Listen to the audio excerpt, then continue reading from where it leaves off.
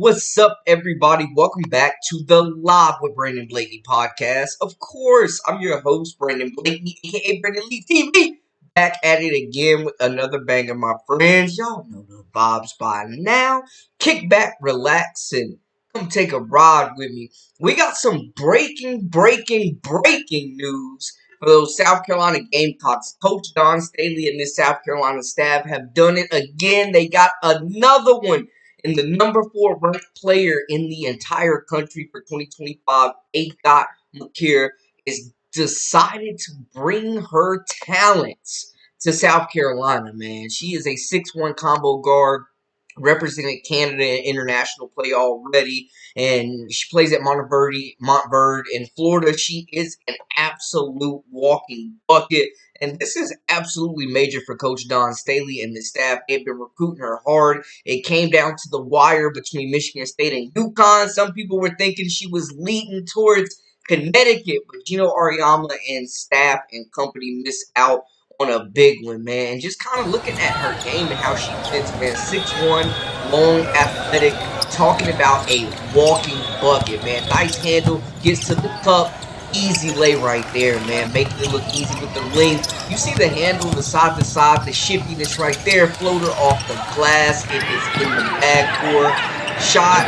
Not bad. She has extended her range from 3-point range, man. And she's really improved that aspect of her game. She will come in being an elite 3-level scorer. You see her right there using the length, moving off ball, finishing down low in the paint. Nice handle right there, especially for her size, man. Taking the pressure right there takes the defender lay for lay any way you want it, man. Nice jump shot, pull up, midi right there, 3-point range, showing that she can spread the floor for this team, man. Play the 1, 2, or the 3. Get the jump shot. Nice mechanics, nice rotation on the basketball right there. Follow through, and it's money. Big time recruit, big time scorer. She's gonna fill a void on that wing when Ricky Hall gets out of there. You got McCure who can come in there and really score the basketball, playing some defense right there. Pick your pocket, lay it up on the other end. Big time scorer. That is what she is known for right now, man. She's been a prolific scorer in high school. See the jumper, and then look at the motor. Gets her own miss, follows her own miss, and gets the rebound right there, bro, to put it. That's the type of just motor you want to see from a South Carolina commit. She's going to come in and play hard on both sides. Nice length, nice handle at that size. Going to be able to come in and put the ball in the hoop immediately. And I weren't sure, which way she was going to go. Nice off the dribble, floater, like we said earlier, off the glass. Big time commitment. Big time commitment for South Carolina. Moving forward, this is their second commitment so far in the 2025 class as 5-star goes. They also have Ayala McDowell as well, who is a bucket too. Nice length, nice size. I love the fit.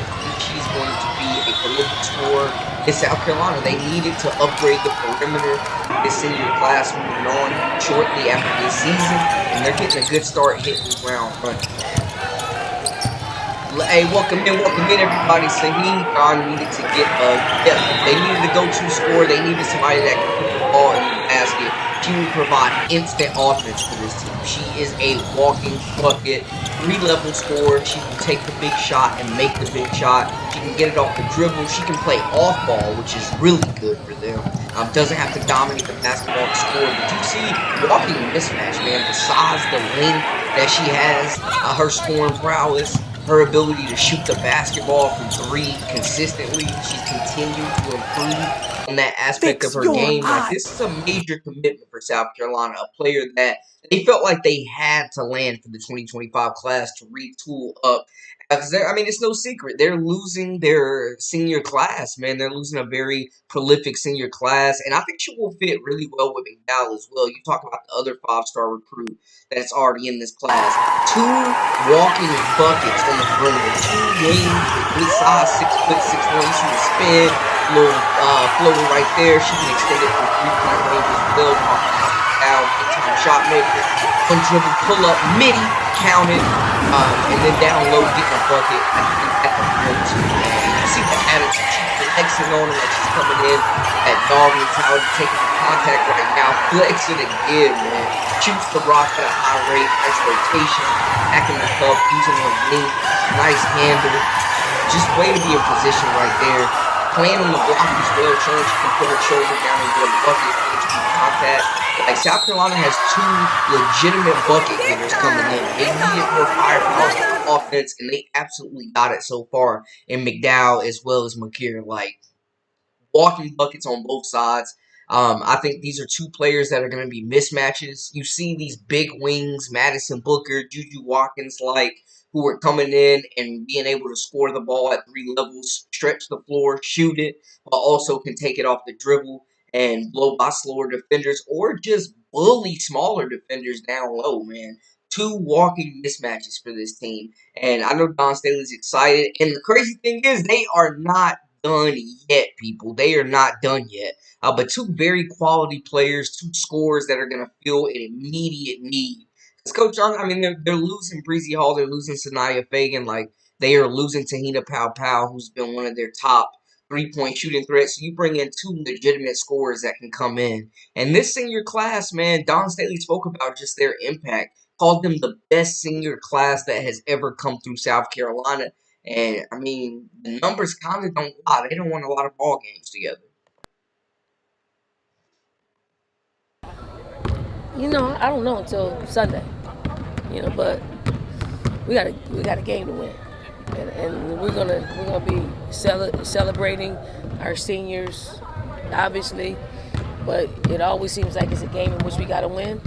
So we got to go out there and win the game and compartmentalize. Celebrate them when it's time to celebrate them, but when the game is up, so it's a business game for us. But they've been, probably the most successful class in in the history of our program. And that's saying a whole lot. It really is saying a whole lot. We won, 2 championships with this class, and they did what they said they were coming here to do. I guess specifically Raven, because Raven didn't say one. It was plural with her, and hopefully we're in the mix to win another one.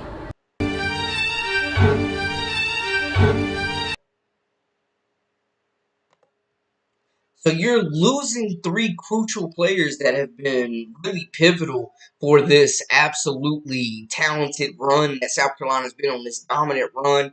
At times, this team has lacked firepower. They're losing 2 of their best perimeter scorers in Breezy Hall, who can really shoot the 3, as well as Tina Powell, who's been that lead scoring guard for them other than Malaysia Wiley. So you pair McKeer, you get McDowell in there, 2 wings that can play alongside Tessa Johnson, that can play alongside Malaysia Wiley, that can play alongside point guard Maddie McDaniel. She's going to have a lot of targets to move that basketball, man. South Carolina just added some serious talent on the perimeter, some serious firepower to replace these seniors.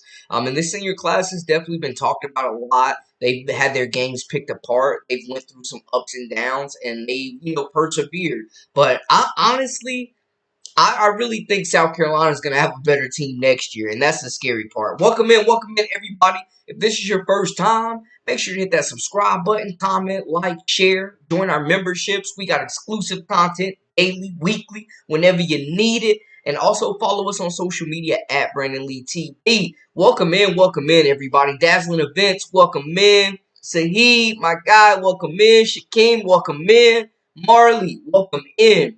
Bro, the scary thing is South Carolina could absolutely be better next season, man.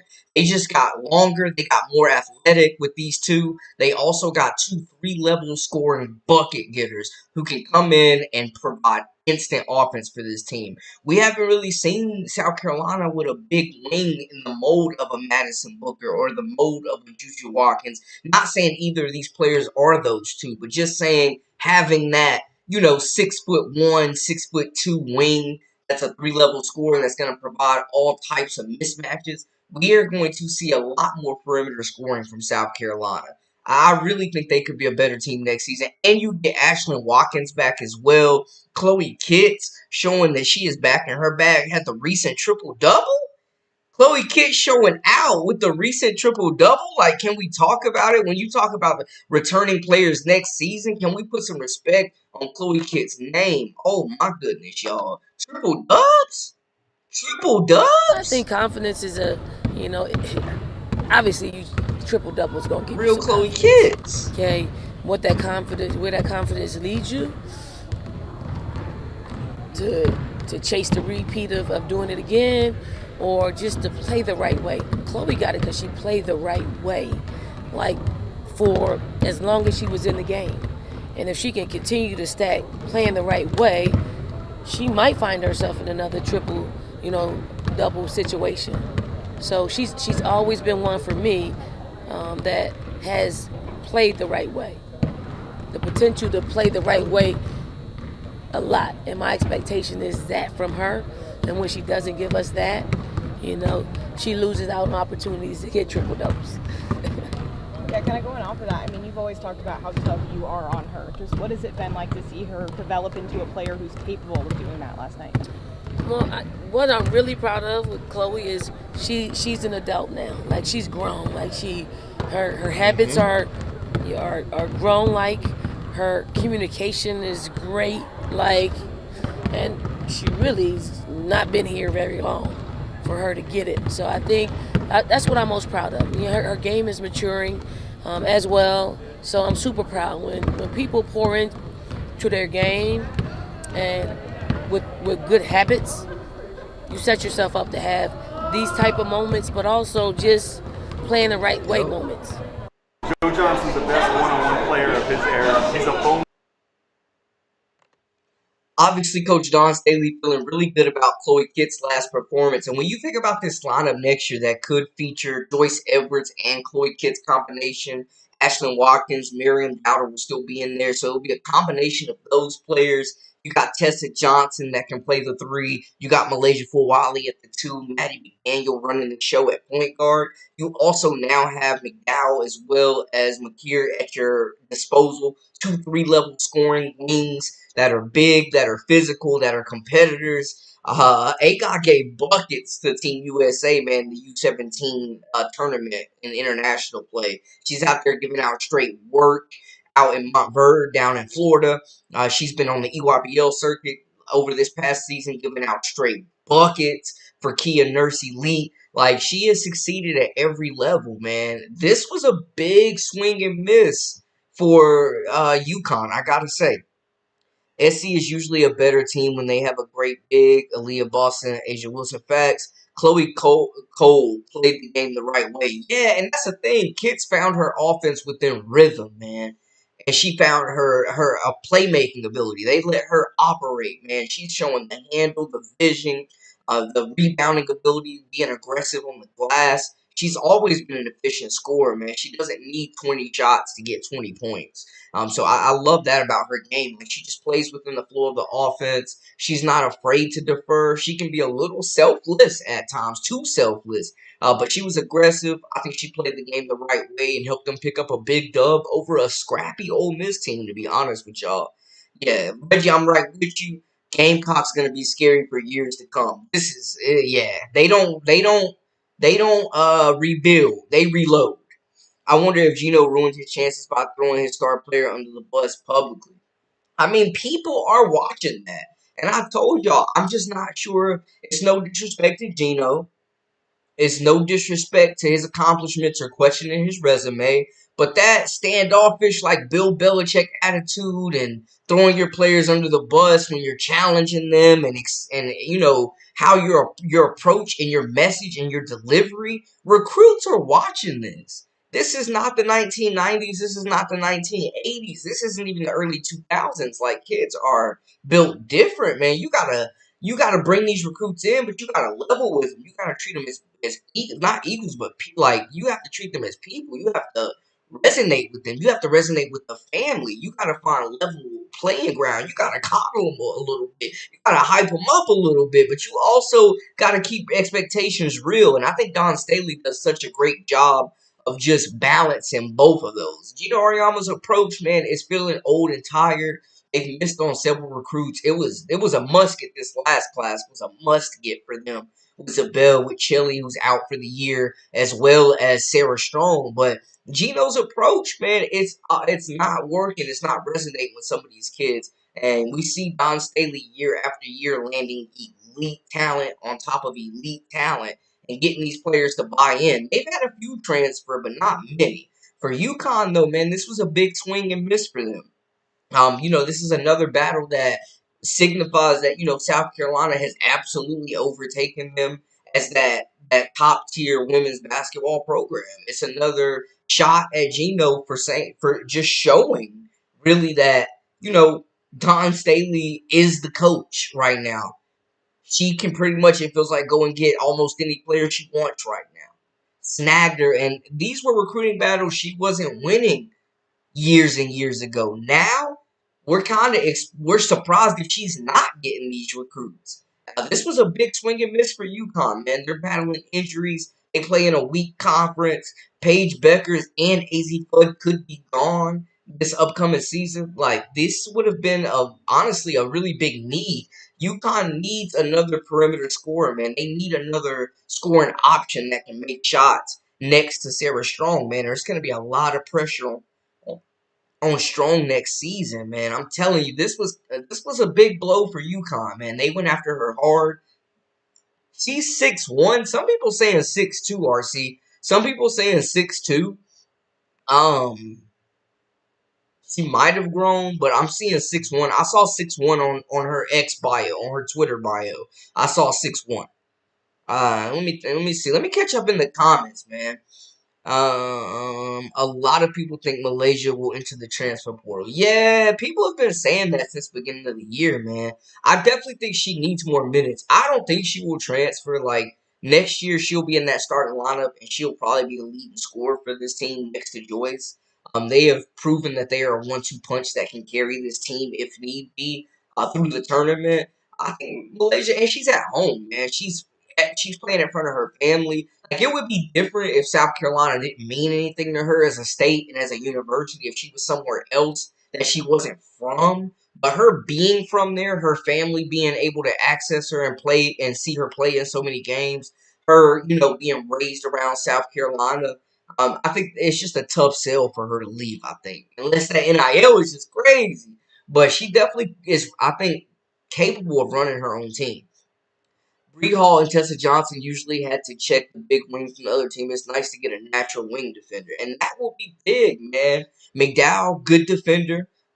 Makira still, improving that side of her game, but definitely a capable defender. Now they have those wings to guard Madison Booker next year. Now they have, they don't have to deal solely on Tessa Johnson and Breezy Hall, who might be their best perimeter defender, leaving. So you bring in two long athletic wings that are known for their scoring, but also can strap up when need be. Also high motor competitive players that will more importantly fit the culture of South Carolina and what they're trying to do.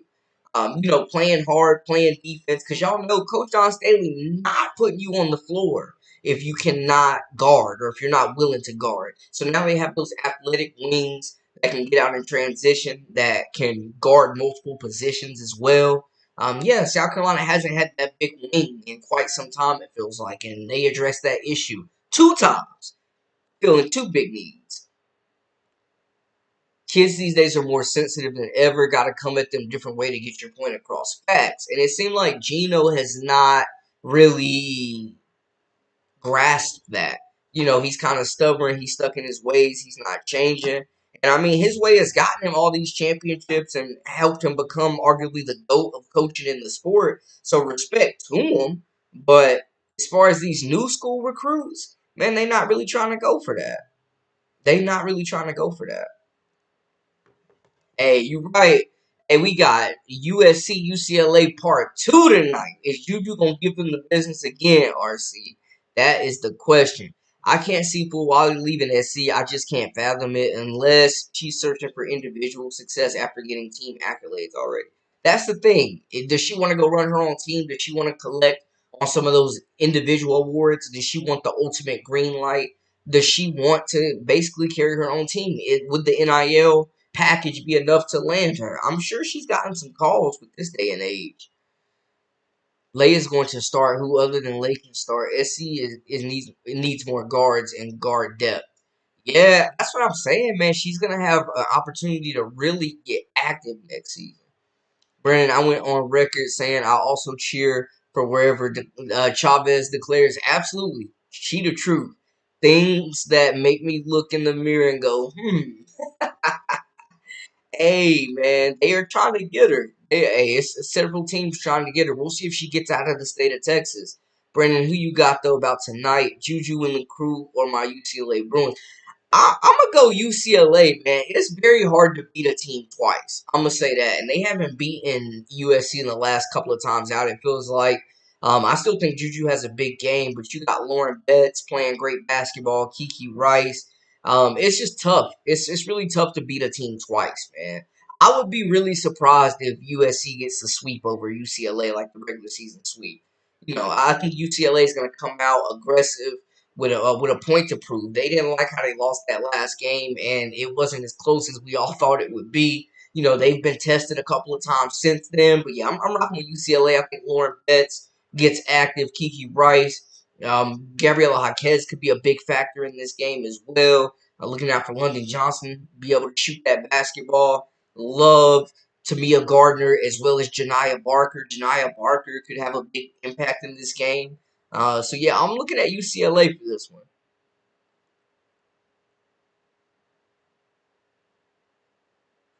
If Aaliyah Chavez chose SC, Donna's gonna slap Dean Smith. Keep you under wraps like MJ syndrome. No knock on Don, but she doesn't let players often run it up for 30. Yeah, I mean, if you're going to go off, it might be your night, but it's not going to be your night every night at South Carolina. That's what we learned. It's too much talent.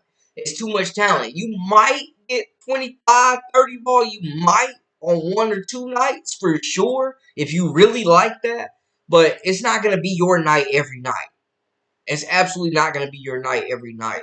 But they added some much needed depth, man. Like we said, Tahina Powell's out of there. Breezy Hall is out of there. Two of their best perimeter threats. They're pretty loaded still in the front court with Adele Tack coming back.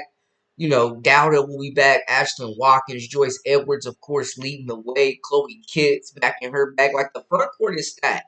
Now they look to continue to retool the guard position. You got three really good ones and Maddie McDaniel, who probably will be the starting point guard, I'm assuming, unless Malaysia slides over. But I'm thinking Maddie McDaniel would be the obvious choice for the one, Lay at the two, Tessa at the three potentially. Then you got Kitts and Joyce Edwards, I think, by this time next year will definitely be in the starting lineup. Still got Adele Tack, who's a project, but who is still very, very high upside type of player, very just great physical tools, and she's been getting minutes too to kind of elevate her production as well as accelerate her progression into a dominant force on both ends. So I'm looking forward to continuing to see her development and her get better every year. And then, of course, you bring in McKeer, you bring in McDowell, two players that definitely are known for putting the ball in the bucket, but also, are long, athletic, can cause some problems defensively as well. I think these are their recruiting class is off to a really, really great start for 2025. I gotta say, it's off to a really good start. Yeah, they are battling hard, man. But I tell you what, Texas Tech, I think, is a sleeper to land Aaliyah Chavez. I'm not gonna lie to y'all. I think Texas Tech is a sleeper just based off the fact that NIL is obviously going to be a big part of her decision. She's made that known. And we saw Texas Tech pay $1 million to the pitcher from Stanford to get her to transfer over for softball. We saw AJ DeBonza get like $6 million from BYU, who's the number one player in the country on the men's side. Texas Tech would absolutely throw a cool million at Aaliyah Chavez, and it would be a better investment. She can't be a one and done. She gonna be there 4 years. So for her to, if they threw her, 1 to 3 million, I think it would be a better investment than probably AJ DeBonza, just because. But DeBonza is gonna be there for one season at BYU, and it's great. They're gonna sell a lot of merch, a lot of tickets. He'll be connected to them forever. They're gonna play some big games, big events, but it's for one season. Texas Tech throw $1 million or two or a couple mils, couple M's at Aaliyah Chavez. She there for 4 years building your brand. And we saw what Caitlin Clark did for Iowa athletics as a whole. So we know the impact that one player can have in women's college hoops on a program. And Aaliyah Chavez has a chance to be that type of player. So if I'm Texas Tech, man, I'm calling the alumni. We gotta keep her in Lubbock. We gotta pull together some funds. But speaking of NIL, y'all know LSU. LSU is big on NIL too, and they are in desperate need of a point guard right now, man. No shade to Jada Richard. I think she's talented. She could definitely be that one for them. And Chavez is capable of playing off ball, but if Chavez comes to LSU, man, I think she's locking down that point guard spot. And her and Flage and Michaela Williams and an improved Samaya Smith. And if, Del Rosario takes the leap that Kim Mulkey thinks she does in year 3, LSU could be a very dangerous player even next year as well. So there's something to watch out for. And they already have a very special class. LSU already has a very special class coming in. We talked about it. 4 top 30 players in the country. Aaliyah Chavez, they don't have a point guard, but they got a lot of buckets. They got 3 very, very good scorers, a very good shooter. So we know they're bringing in a lot of talent that's going to come in and contribute immediately. So a lot of players from LSU, man, getting some free rides. So that's going to change. But Chavez would be big for them. You look at her fit for Texas, her being able to take Rory Harmon's spot and team up with Layla Filia, as well as Madison Booker next season. That's another crazy 3-headed monster as well, man. So, it's a lot of teams that are going to be vowing for her talent for sure. But maybe she goes to South Carolina, man. Maybe she comes in. She has a chance to take that starting point guard spot. If you can play, obviously it doesn't matter if you're a freshman, sophomore, junior, senior. We're seeing it with Lay. We're seeing it with Joyce Edwards. If you can play, Don Staley's going to give you minutes, period.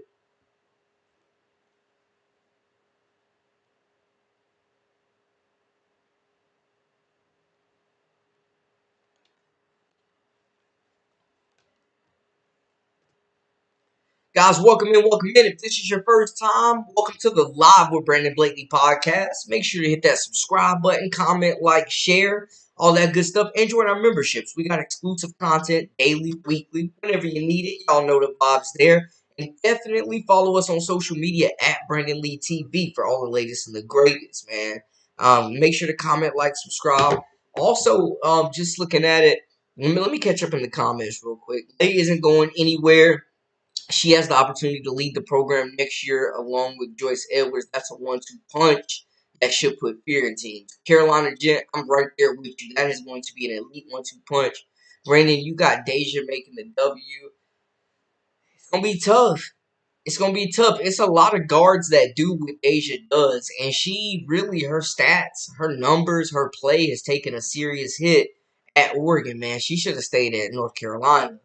She should have stayed at North Carolina, man. I think she fumbled going to Oregon, and I think it definitely kind of destroyed her draft stock. She stays at Carolina, she's a potential first-round draft pick. Right now, I can see a late second just going off of her merit for the last 3-4 seasons as one of the best guards in the country.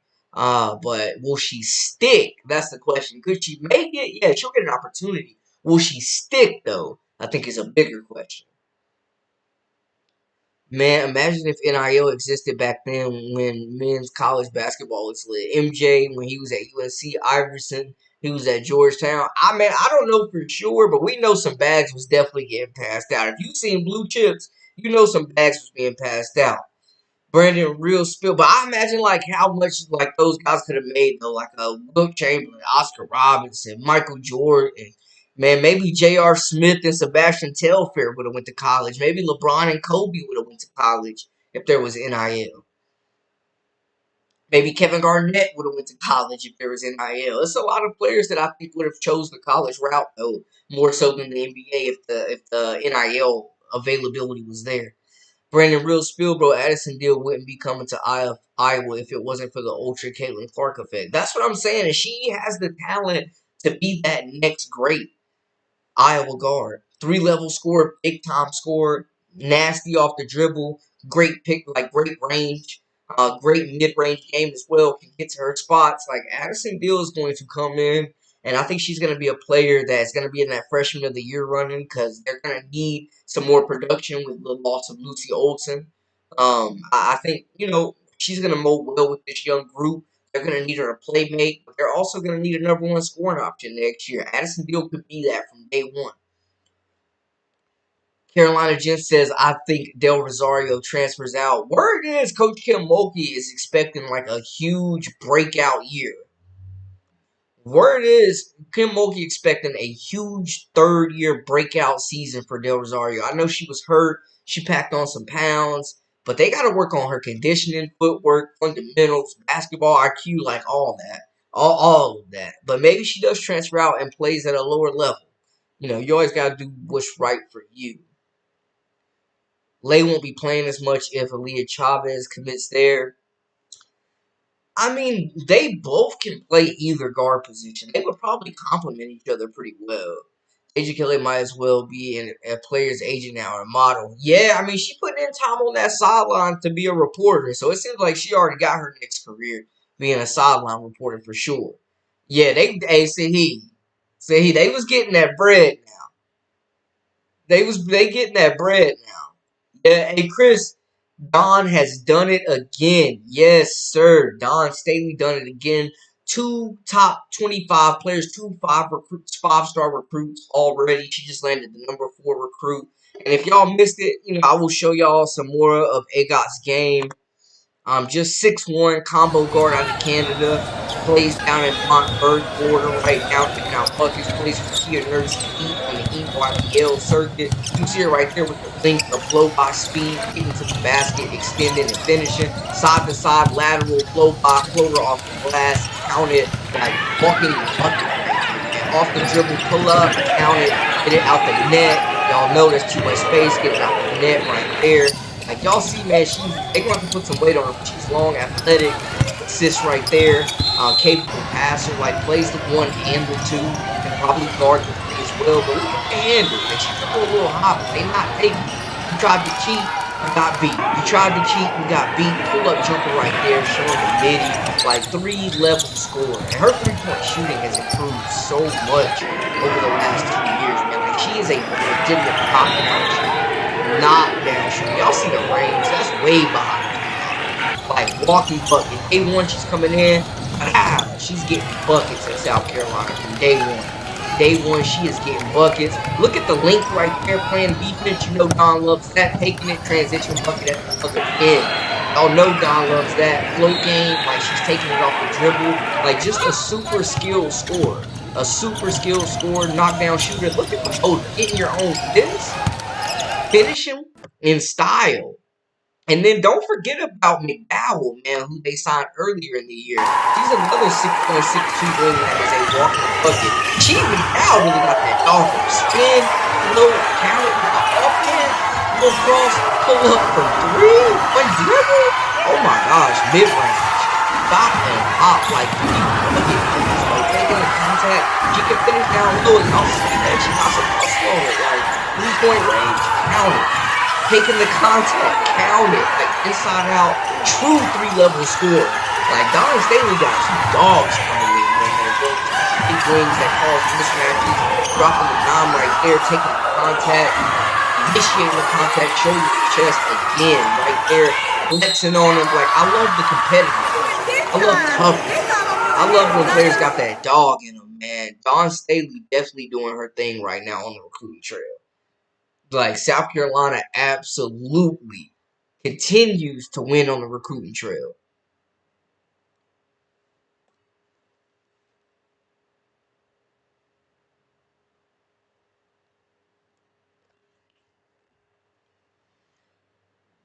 Yes. So they talking about LSU fans. They talking about there's energy around the program that Del Rosario is going to take a major step next year. But we also heard that over the summer from Simone Augustus this season. So I have more respect for Jan Jensen ever now, Brandon. So I was watching some Caitlin deep dive videos and found out Jan Jensen had a lot to do why CC decommitted from Notre Dame and came to Iowa. Respect. And you can see at the jersey retirement how she embraced Coach Jan Jensen. Like, there's a lot of love there. If we get Edwards next year, it's a wrap for everyone.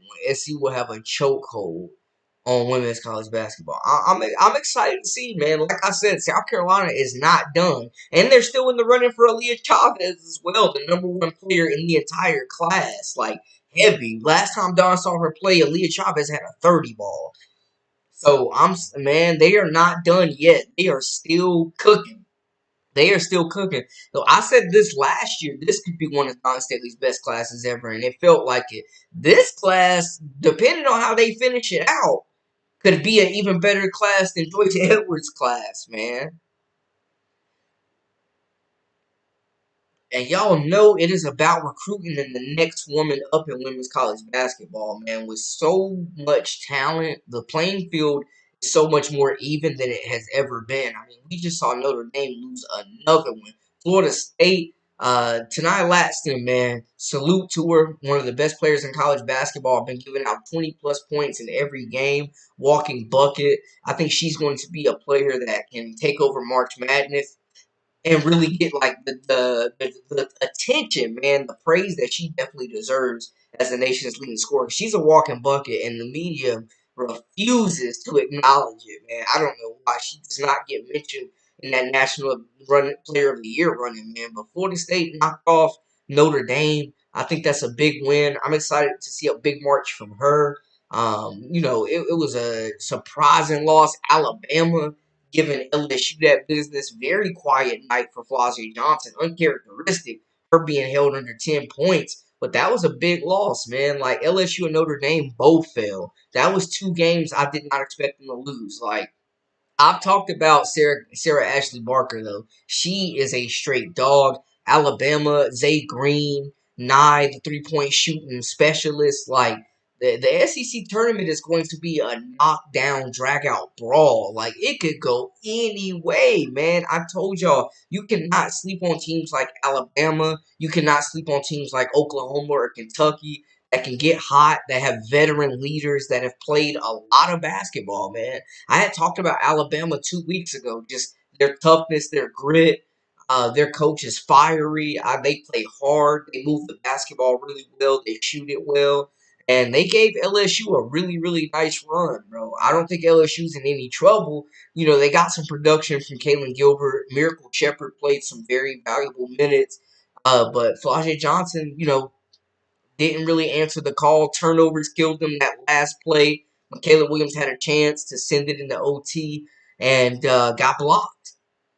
Alabama showed that that defense is serious, man. You cannot sleep on these teams in the SEC that people aren't talking about enough. Alabama is a team that could definitely wreck some brackets. They are a team that can absolutely cause some havoc in the SEC tournament, man. We saw them. It wasn't a fluke. They outplayed LSU, man. Some people will blame the refs. Some people will blame the refs and say, it was them. But Aaliyah Nye, Sarah Barker, like, bro, straight buckets. Aaliyah Nye, one of the best three-point shooters in the country. She's probably the best three-point shooter in Alabama women's basketball history. Like, this is a deadly duo. And then, like I mentioned, Florida State getting a big upset as well. Like, these conference tournaments, the ACC included, man, when you think about Duke, when you think about Carolina, Duke put it on Carolina. I do have to mention that. But when you think about teams like this, the NC States of the world as well, that is something that you got to consider. But we just saw Kentucky. I mean, Tennessee's a team that we have been talking about. Kentucky beat them by damn near 30. Like, the SEC, the ACC, and the Big Ten are up for complete grabs right now.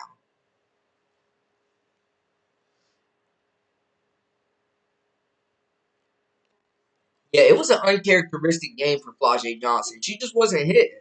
She just was not hitting, man. And hey, Alabama took advantage. But when I made that list the other day on my live, when I was talking about teams that could definitely wreck some back brackets, Alabama was one of them. Carolina, Duke potentially. We saw Florida State knock off Notre Dame. Like, no team is safe. We got a big matchup tonight with UCLA and USC, the rematch and the battle of the two now Big Ten programs that are battling it out. Two powerhouses, man. Juju Watkins has had every answer for UCLA. UCLA has not had an answer for Juju Watkins.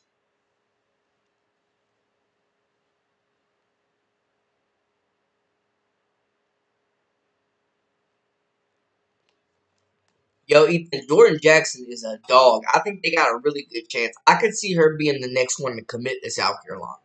Jordan Jackson definitely would be a major get. She's a bucket, and it seems like South Carolina is leading the running for Jordan Jackson right now.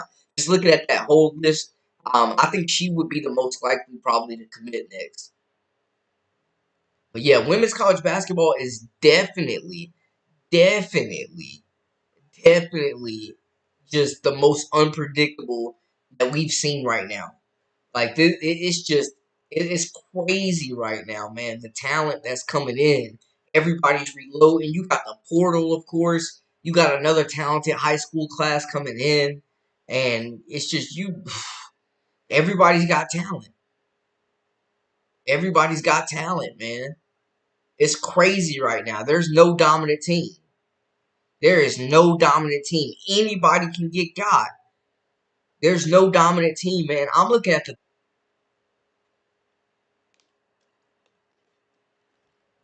It has not been like that in a while, y'all. Like seriously. And there's some big games coming up this weekend as well, man. I'm excited to see a few games. Obviously, today we got USC as well as UCLA, but Notre Dame has another ranked opponent in Louisville who's been dangerous on the road. You got Florida taking on Texas, Liv McGill in the game. You got Kentucky and South Carolina, which is going to be a huge matchup. And Kentucky, man, they've seen some ups and downs, but what Coach Kenny Brooks has done in his first year has been nothing less than incredible, man. Having them ranked, having them back in the conversation to possibly win the SEC tournament. They were in the running for the SEC title before they dropped a couple. But this will be a big game against South Carolina, man. You got a very veteran point guard in Georgia Moore. I think this group really pushes the pace well. They shoot the basketball extremely well. They have great guard play, like I mentioned, with Georgia Moore. They have versatility as well, man. Like they shoot the basketball, they move it well. Coach Kenny Brooks runs his style like a pro offense, man. Like it's spread out, they move it fast, and they're looking to shoot the 3 point. And they're gonna be confident, man. Tennessee's a team that played South Carolina tough, and then Kentucky almost blew them out by 30, man. But I love Clara Strack, who can really shoot the basketball for this team. Like you got 3 point shooters all over the place, man. Georgia Moore is the conductor. I think she does a really good job of running the pick and roll. I'm a big fan of Tiani Key, who's a talented player, a forward that can really score the basketball as well, versatile. We mentioned Strack. These bigs from Kentucky, man, can cause some problems. They can spread the floor. They can shoot it. You also can't sleep on Deja Lawrence, who's a knockdown shooter at guard for them. Can really put some pressure in transition on South Carolina. But it all runs through Georgia Moore, man. It all runs through Georgia Moore. She's the conductor for this offense. Elite in the pick and roll. One of the best passers in the country. Shoots the basketball really well. 3-level scorer. They're good in transition. They guard. So I think this will be a tough test for South Carolina, man. On South Carolina's end, they're playing extremely confident. Chloe Kitts, you love how she had a bounce back game coming off the triple dub. Joyce Edwards and Malaysia Fool Wiley have taken this team to another level with their play. Sanaya Fagan, Breezy Hall, Raven Johnson, the upperclassmen, Tahina Pow Pow will be continued to be relied upon. South Carolina looking to dominate the glass, limit transition points, guard the 3 point line. Limit second chance opportunities and just suffocate Georgia Moore. You got to have different guards on her. I'm expecting Raven Johnson to be all over her to start. Maddie McDaniel, Malaysia Fool Wiley will probably get a shot at her too. So we'll see if the depth wears her down or if she can control the tempo of this game and continue to make plays for South Carolina. But this is a must win. Every game right now is a must win for South Carolina. And it's crazy that the race between Texas and South Carolina, like the championship for the regular season in the SEC, could come down to a coin toss, a coin flip. Theo, welcome in. Ethan, welcome in.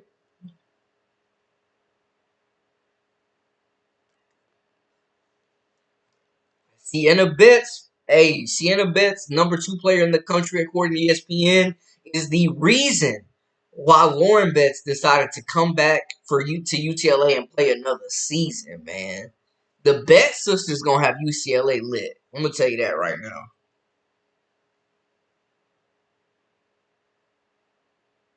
Yeah, their starters play a lot of minutes, man. It's really gonna come down to can Georgia Moore control the tempo. Can she control the tempo and can they make 3-point shots? But Tiana Key is the absolute truth, man. Super versatile. I really like her game.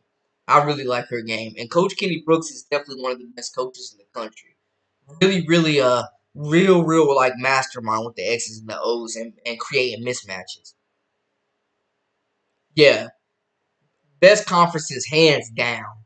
Best conferences hands down. And Stanford, man, wait till they get back rocking in the ACC. That's another one. Let's not forget Stanford just won a championship a few years ago. And they got a really talented recruiting class coming in. Let Stanford get back right. ACC is going to be loaded, man. I'm telling you.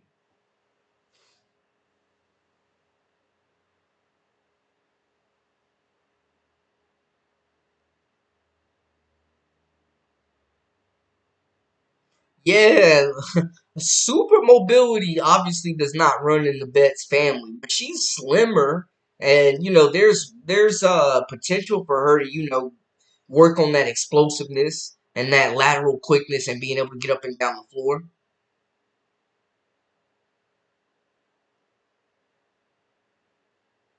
Yeah, Key was a monster. She's really she's playing a lot better at Kentucky, man. It's more wide open. They got Georgia Moore that can actually get her the basketball. And Deja Kelly wasn't really a true point guard with them. Usby really was the assist person, the playmaker for Carolina. So having Georgia Moore just makes everything really, really, I think, just flow better. Yeah, ESPN rankings be trash sometimes. I'm not gonna lie, because last year they had Joyce Edwards at 4. This class, I mean, you can't really go wrong with having Aaliyah Chavez at the 1. She's pretty much the consensus #1 player in this class. But then after that, it's up for debate for sure. They should let them play it out instead of flipping a coin. Yeah, just give us a play-in, like a little play-in game, girl. I'm right there with you. Give us a little play-in action, man. Give us a little, you know what I'm saying? Let us get round 3. Nobody in the country is going to be mad at Texas and South Carolina round 3. I'm going to tell you that right now. Give the people what they deserve, man. Give the people what they deserve, straight up. Give the people what they deserve.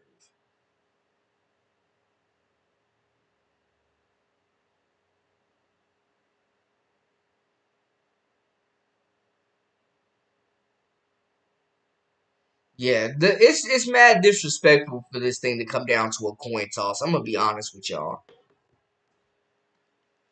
Man, y'all got the chat live right now, man. Much love. We might have to do a live for UCLA versus USC. I'm not gonna hold y'all. Would y'all tune in? Should we do a watch party for UCLA USC?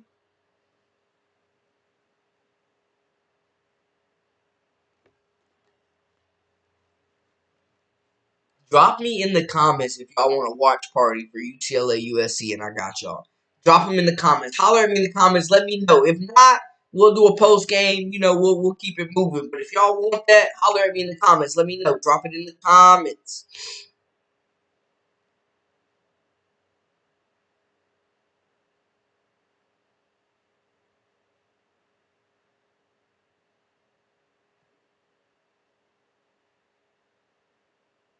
Y'all let me know. Watch party or nah? Ethan says, yes, sir. Sign me up. Sign me up.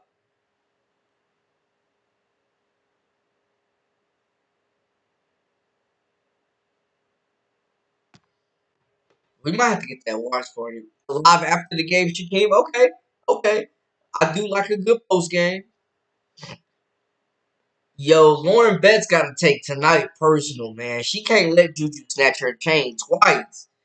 She cannot let Juju snatch her chain twice, y'all. Ain't no way she can't go out like that.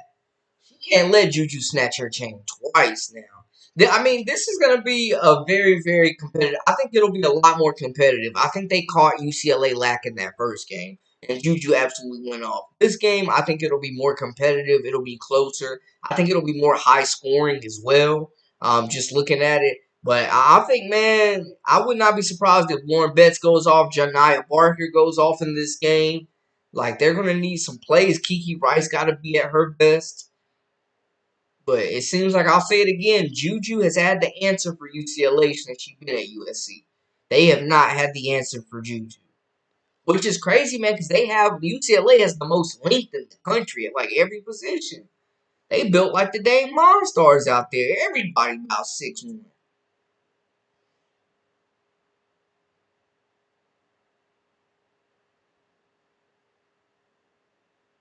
I'm telling you, no cap. No cap, no answer. Like, Warren Betts got to get it back in blood, bro. She got to get it back in blood, or we not taking her serious for National Player of the Year. She can't get a little bro tonight. I need her to remember she's 6'7". I need Lauren Betts to remember she's 6'7". Basically, out there, that's what it feel like.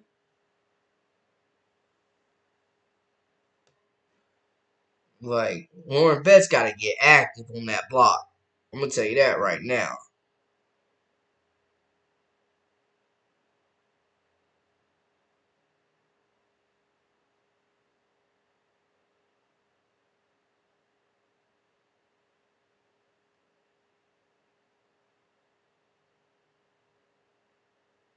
Like, those are your two leaders. Those are your two leaders.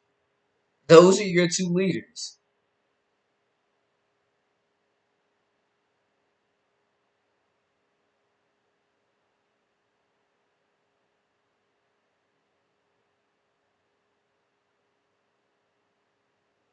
Yeah, they need big games from both, man. Those are your two leaders. That's your 1-2 punch. That's your go-to. Like, even looking back at that last game,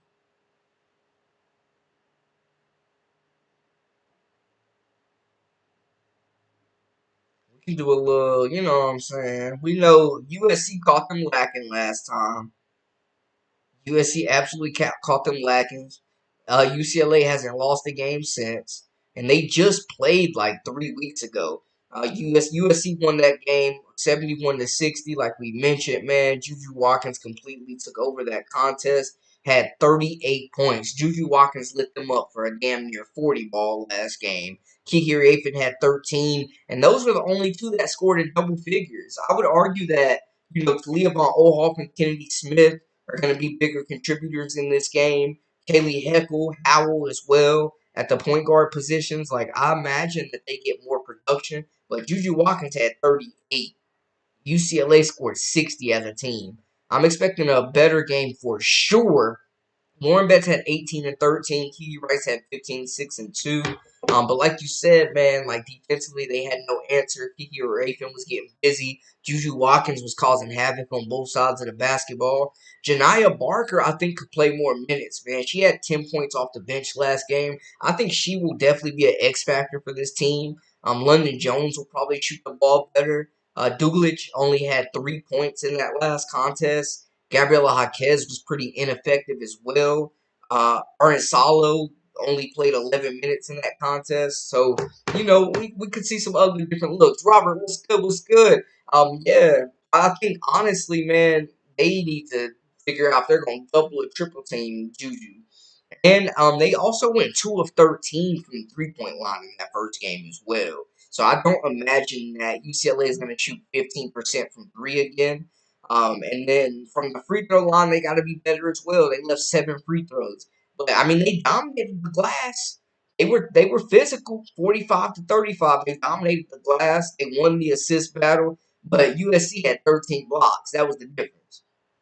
That was the difference. USC had 13 blocks, and UCLA had 20 turnovers. When you talk about USC shrinking the court, wreaking havoc, disrupting the offense, like UCLA got to take care of the basketball, and they got to shoot the basketball better, and they got to slow down Juju Watkins.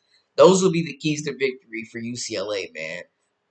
Take care of the basketball. 20 turnovers is not getting you a dub just about anywhere. Guard Juju Watkins. And they're going to need some other contributors to step up and make shots. You can't shoot 15% from three and beat this team. Kiki Rice, definitely take care of the basketball. Make your shots.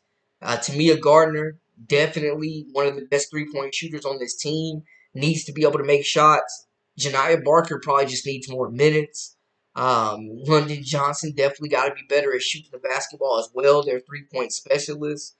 Like Lauren Betts, hey, they got to be aggressive. Kiki Rice and Lauren Betts need to have 20 and 20 games, in my opinion. But London Jones, definitely their three-point specialist. I think I said Johnson earlier, y'all, my bad. But London Jones definitely has to be that three-point shooter. She has been, somewhat of a streaky shooter at times, but she's proven she can have some big games.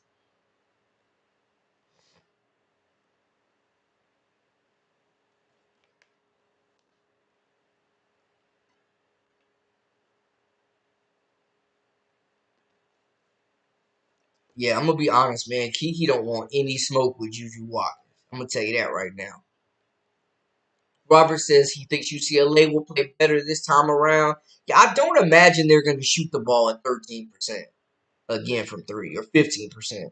As the Bruins got to the max, I would say the heck with it. Let Juju try to beat us by herself. Juju going to have to score 60. I would lock down everyone else and just let Juju beat us alone. And that's where, like, her playmaking's got to come in. Because she's going to command so much attention. She's the most, I think, heavily guarded college player in the country. I mean, we've seen her with three defenders on her sometimes. Like, so that Juju's definitely probably gonna get hers regardless, but will she be that playmaker? Will she take care of the basketball? Can you force her into tough shots and mistakes like we've seen teams do before? But yeah, Kiki Rice got to be aggressive, man. She's one of the best guards in the country, and we wonder why. Like, why isn't she mentioned as like one of the best point guards in the country? Like they sleep on her. It's because you not showing up in the big games like this one. Yeah, Tamia Gardner can really shoot the rock, man. She just hasn't really found, I think, her true role, carved out like a consistent role. With UCLA, they've thrown her out there and she's had some games, but yeah, with her size and her three-point shooting ability, and we see TVO is also not playing as good away from Reagan Beers either. Maybe it was the Reagan Beers effect, because TVO has not looked like the same player at all either at USC. I'm gonna be honest. She's one of a kind, and no matter what Caitlin has done for Iowa and women's basketball, it's hard for anyone to put that in words how epic she's been placing eyeballs on this game. That's what you can't measure, like the impact off the court. Absolutely. London is a true three-point specialist. She's sniping in that game against South Carolina. Yeah, she was. That's what I'm saying. We've seen her have big games in on the big stage.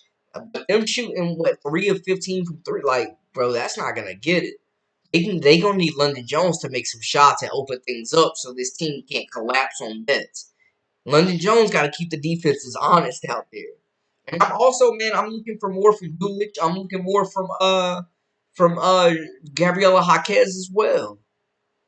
Like these are two players that have been around this program long, athletic, that probably have WNBA futures as well.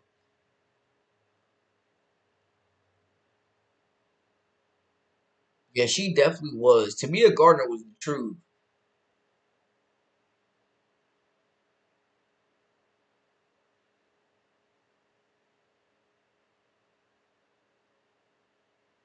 Hey, that's a solid lineup, RC. I ain't gonna lie, I'm a big fan of Toby Fournier. She's going to be a star.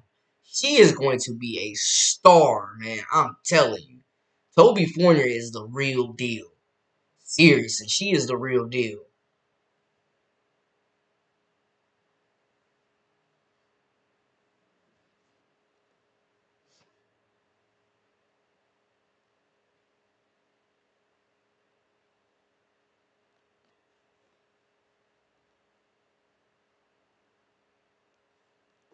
I think right now USC is really coming together well as a team, man. Like it's not just going to have to be Juju this game. Raya Marshall has been scoring the basketball better.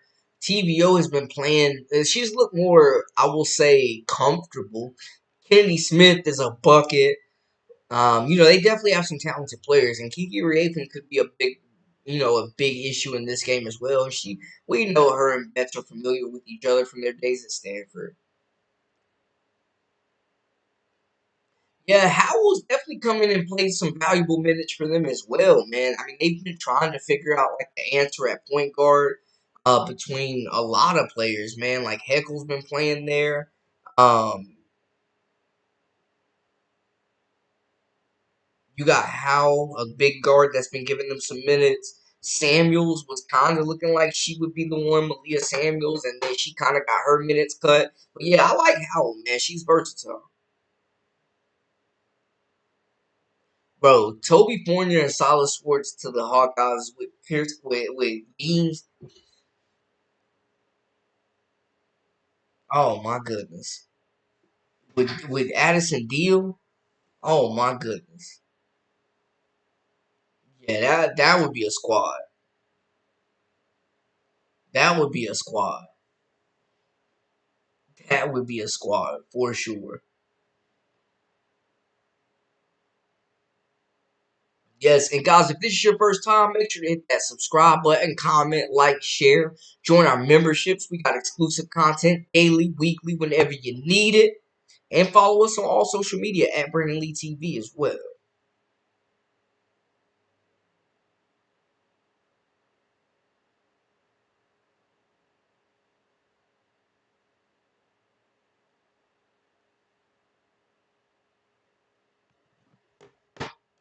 Yes, big day for college hoops today and tomorrow, man.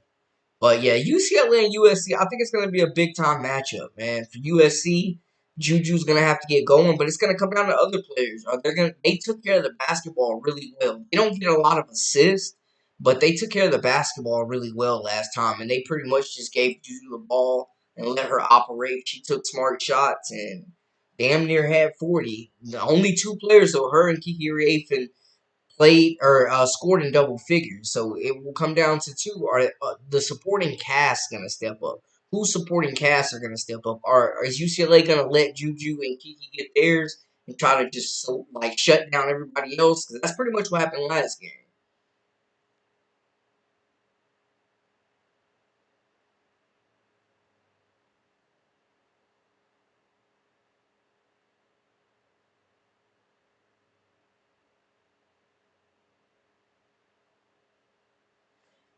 Majority of the players at UCLA and USC knew and played against each other for years. Facts. Yeah, facts. Facts.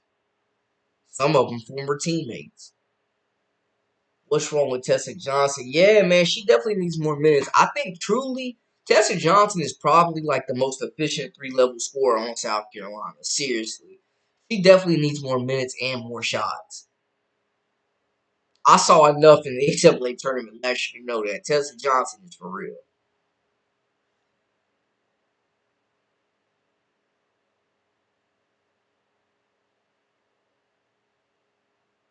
Yeah, Michigan's young. They got a couple of freshmen that start for them. Duke is a really young team too. But Kara Lawson honestly hasn't lost a lot in the portal. I will say that, man. Duke has done a good job of holding on to their players. And I really think with the point guard they got coming in next year at Duke, like it's gonna make things a lot easier for this team. I love Mayer, but having another playmaking guard never hurts. Like they have a really good class coming in. Duke could be a potential top five team next season for real.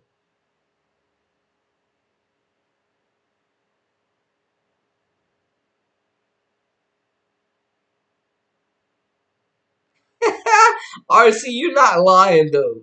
You're not lying. You're not lying. Duke always they'll blow Carolina out. They'll blow a top 10 team out and then go on the road and lose to Clemson.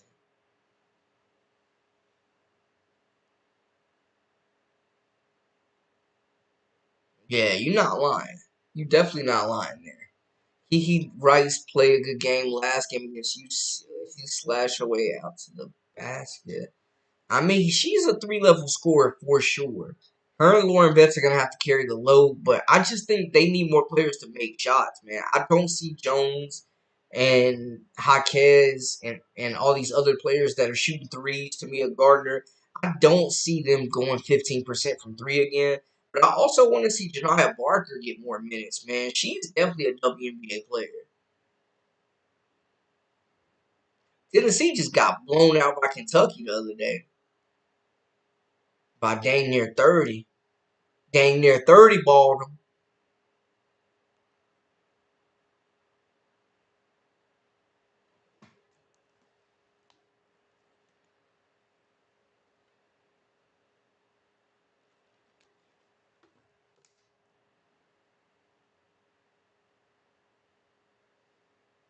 Yeah, these conference tournaments, I'm telling y'all, they're gonna be so unpredictable, man. The SEC, uh, gauntlet, man. Of course, you got South Carolina and Texas at the top, but then you still got a very dangerous LSU squad, Alabama, Oklahoma, Kentucky. Like, it's going to be a tough gauntlet, man. And then in the ACC, of course, Notre Dame, but you still got Louisville, who's up and coming, Florida State, who's proven they can beat some of the top dogs. Duke and Carolina will be there as well. Georgia Tech has been scrappy all season. Like, the tournaments are going to be crazy. Then in the Big Ten, man, of course, you got UCLA and USC, but Iowa has proven they can play with anybody. They gave UCLA everything they could handle. They beat USC. So they've proven that they can. They gave Tennessee a great run as well. Like Iowa can play with anybody in the country. From Iowa, I feel like I can beat anybody in the Big Ten because they've proven that they're capable of doing that. I love what Sydney Falter and Lucy Olson are doing since February. Like the last 3 weeks, they've been on fire. Ohio State, my goodness. Predictions for the conference winners. Man, we gonna have to do another. We gonna have to do a live. I'm gonna save my picks for as soon as the season wraps, and we'll do a live, and I'll reveal my predictions for conference tournament picks. I'm gonna hold off right now, but that will be coming in the coming weeks for sure. Because what conference tournament starts what next week?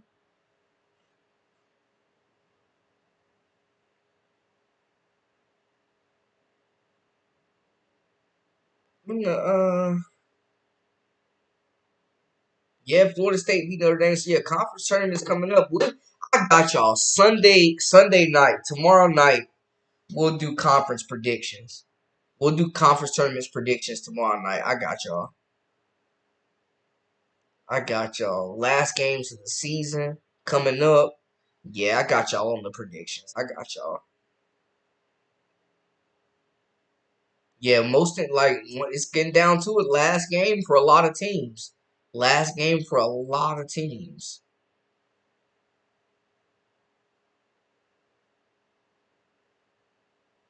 Because conference tournaments start Tuesday. Conference tournament starts with the Sun Belt on Tuesday. So yeah, we'll do conference predictions. Honestly, Sunday or Monday. We'll do conference predictions Sunday or Monday. I got y'all. Yeah, we'll do conference. We'll do conference tournament predictions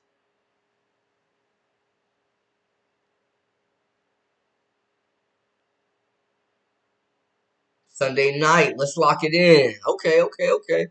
Conference tournament predictions on Sunday night, man. I got y'all. We locking in. We locking in. I got y'all. Conference predictions. Drop some of y'all's predictions though. Give me a little preview. Give your boy a little preview, man. What y'all got?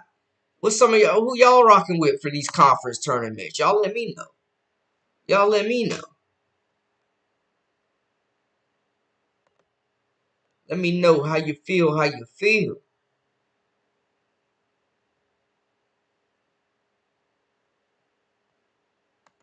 Y'all let me know.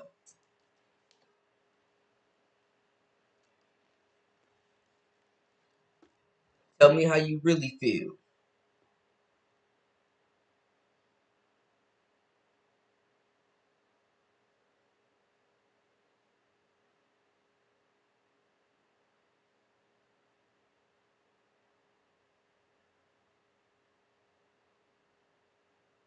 Tell me how you really feel.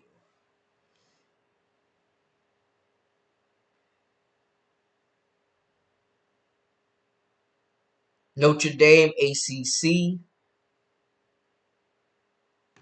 Yeah, give me them conference predictions, conference tournament predictions.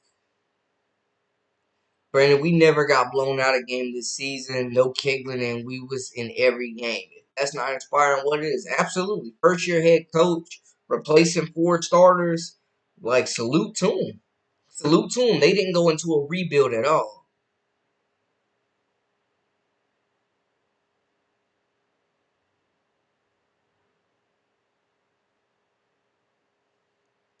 Notre Dame ACC smart guy said Hannah Hidalgo be choking. I mean, every game they done lost, though, she done kind of went off. I'm not going to hold you. Like, she still be getting hers.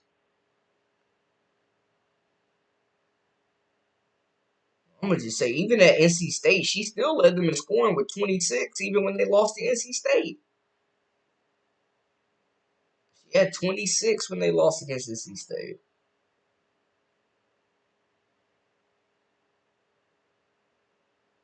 I'm just saying. But they draw back-to-back games, though. That's the crazy thing. That's the crazy thing. She had 16 against Florida State though. Not quite the game we're used to. But yeah, I ain't gonna lie, Notre Dame done lost 2 back to back. That's definitely something to look at. I'm not gonna hold you.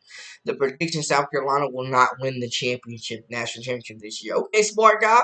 Get your predictions off. Get your predictions off, my guy. If not Notre Dame, I got Duke winning the ACC. Okay, salute. Salute. I ain't gonna lie, man. Don't sleep on UNC. Don't sleep on them Carolina girls. I'm just saying. Don't sleep on them. Don't sleep on them Carolina girls. I'll tell y'all my prediction for the Big East tournament. Yukon. I got Yukon in the Big East. I'm pretty sure all y'all do too.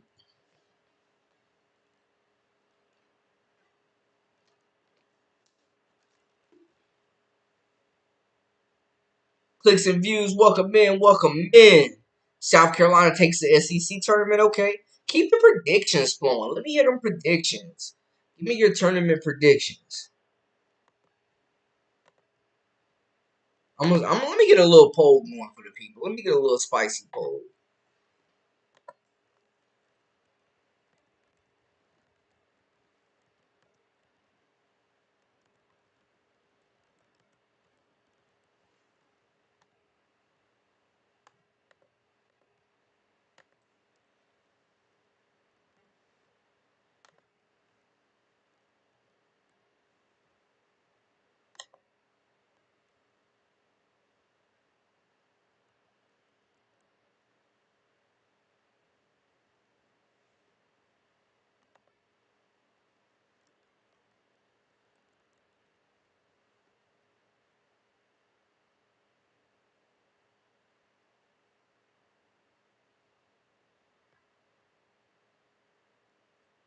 Spicy poll for the people. Who is more likely to lose their conference tournament out of the big 4 right there?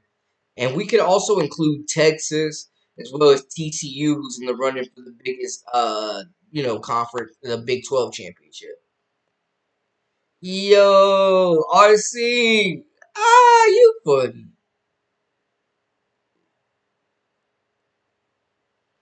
Clicks and views say, so you say you got Creighton to win in the Big East. Stand on business. Who is more likely to lose in the conference tournament? Notre Dame is falling right now. I'll tell you that. They're still a very talented team. They got that number 1 ranking and then got beat twice, back to back.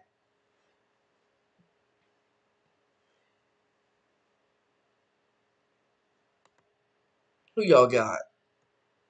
It's pretty even right now. Head over to the vote. Head over to the vote. Head over to the vote.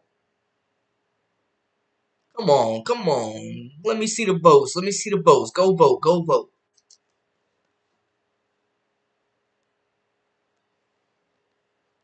Who is more likely to lose in the conference tournament?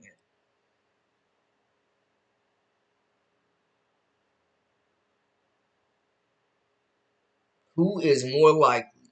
Hit that vote, hit that poll, hit that poll. Let me know, hit the poll. The poll. And if you think it's Texas or you think it's TCU or a different team, you know we only get 4 options. Go ahead and throw your choice in there. Throw your choice in the comments. Hit me in the comments.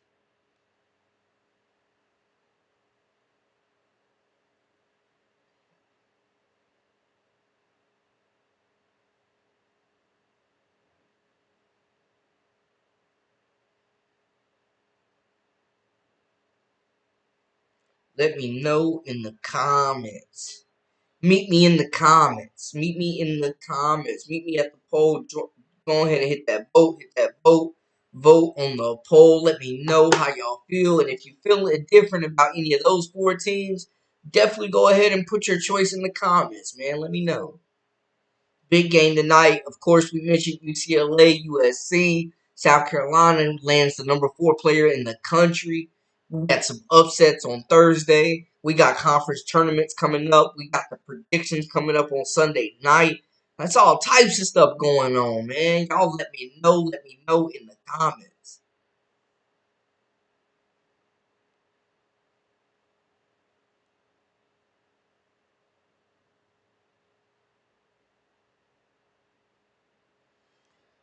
He says Notre Dame might just be experiencing regular season fatigue and will lock in even more when the games mean something more.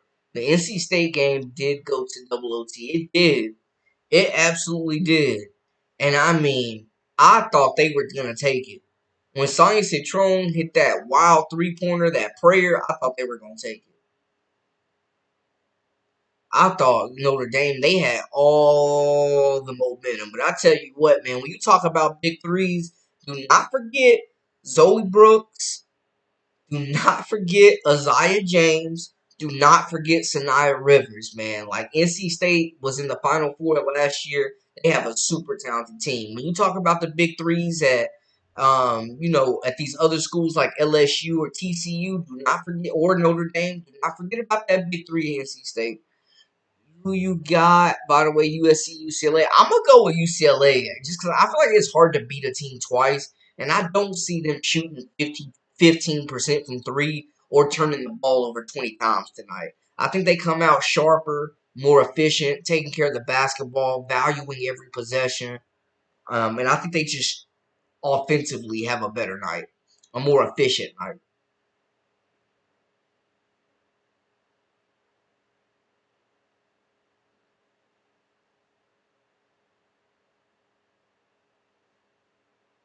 Clicks and View says LSU is not getting to the Final Four.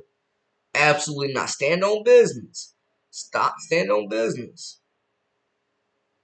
Mark, welcome in. Welcome in. Guys, hit the poll. Let me know your conference tournament predictions. Wait, let me see. Clicks and Views taking South Carolina.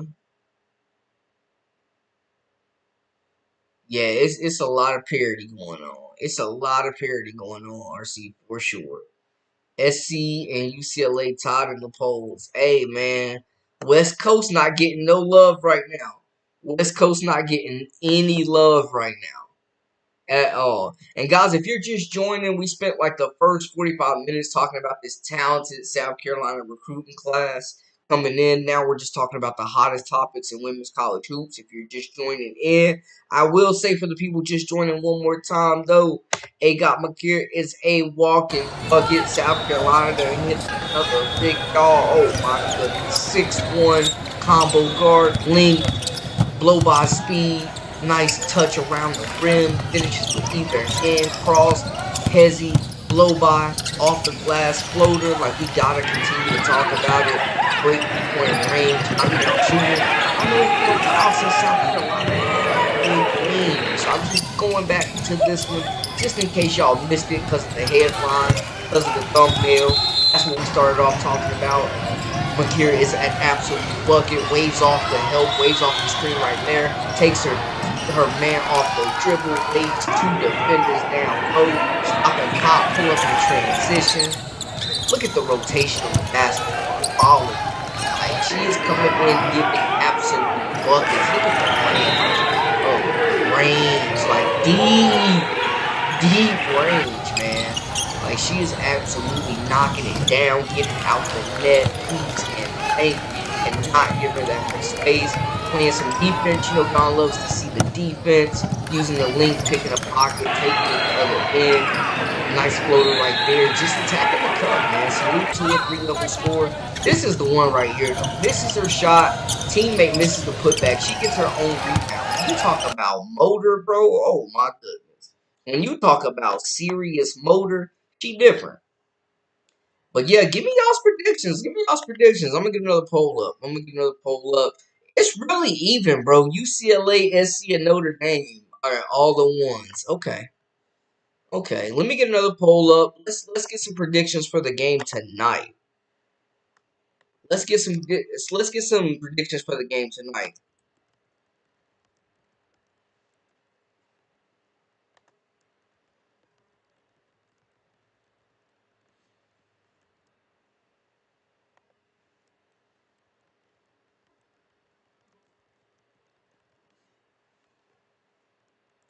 All right, let's get a poll up for tonight. Give me your predictions. Big game, top 5 matchup. USC, UCLA getting active. Let me know y'all's predictions for this game, man. We saw the first game. UCLA dominated the glass, but they had 20 turnovers. Shot bad from the free throw line. Shot 15% from 3. Not going to get it done. Juju Watkins had damn near 40 points. Kiki Rafin had close to a double-double. Lauren Betts was getting tied up. Kiki Rice was getting dogged out. It was a lot going on. Yo, RC, I already know how you feel. I already know where you going with it. But you can be unbiased if you want to, but I already know how you feel. Snatch Day dinner plates. Yes, Rice, Gabriella, Betts. Gave them 38. Gave them 38. Gave them 38 though. Like, Juju Watkins gave him 38. She was hitting everything. And you talk about just aggressive, finishing through contact, elite mid-range game, getting to the cup, like using the size, the length. She can post up. Give me y'all's predictions for this game, man. This is a big matchup for the race for the Big Ten as well as both these teams trying to get locked down a number 1 seed. I don't know if both of them will get a number 1 seed in the NCAA tournament. This is a big game with big implications. Coach Close versus Coach Gottlieb, 2 coaches that have been under fire for having very talented teams that many have felt like have underachieved. The battle for Cali, the battle for Los Angeles, man. Let's talk about it. Gerald says he's got, or she, I didn't mean to assume, my bad. USC 76, UCLA 71. USC by 7 to 8 points. They beat them by 11 last time, and I will say it is tough to beat a team twice.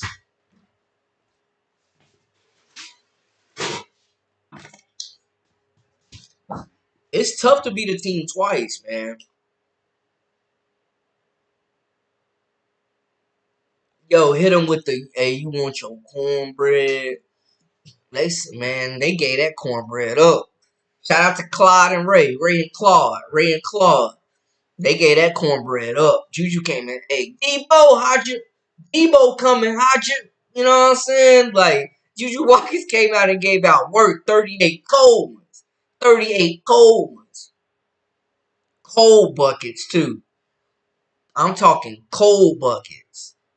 Juju Watkins was out there giving out work, man. The intimidation factor is there. And a Cali kid at that. Oh, man. But I think Kiki Rafin has to be better in this game.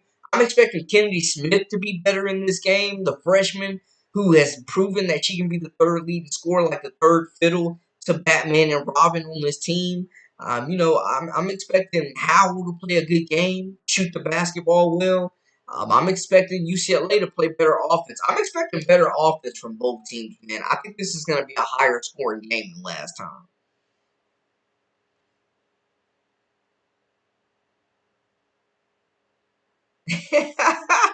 RC, man, they got you in turmoil right now. Like, literally, though.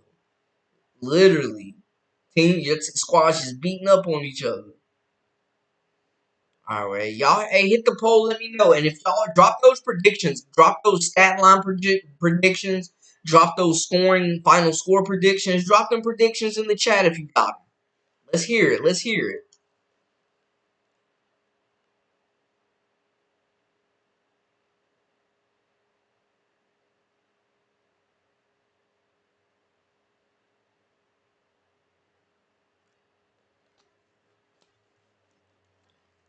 Drop them predictions in the chat. Drop them, drop them. What we got in the poll right now? 64% of y'all are saying right now that Juju owns UCLA once again. 61%. 60%, 60-40 now. Hit the poll. Let me know. Vote. Drop your scoreline predictions. How much will Juju Watkins have? I need Lauren Betts and Kiki Rice to come in and play basketball today, though. I need that pick and roll. I need Lauren Betts, shoulder and chest, using that over-the-shoulder game. I need her dominant on the glass. Like, I need her finishing through contact. I need Lauren Betts completely demanding the basketball and refusing to be stopped.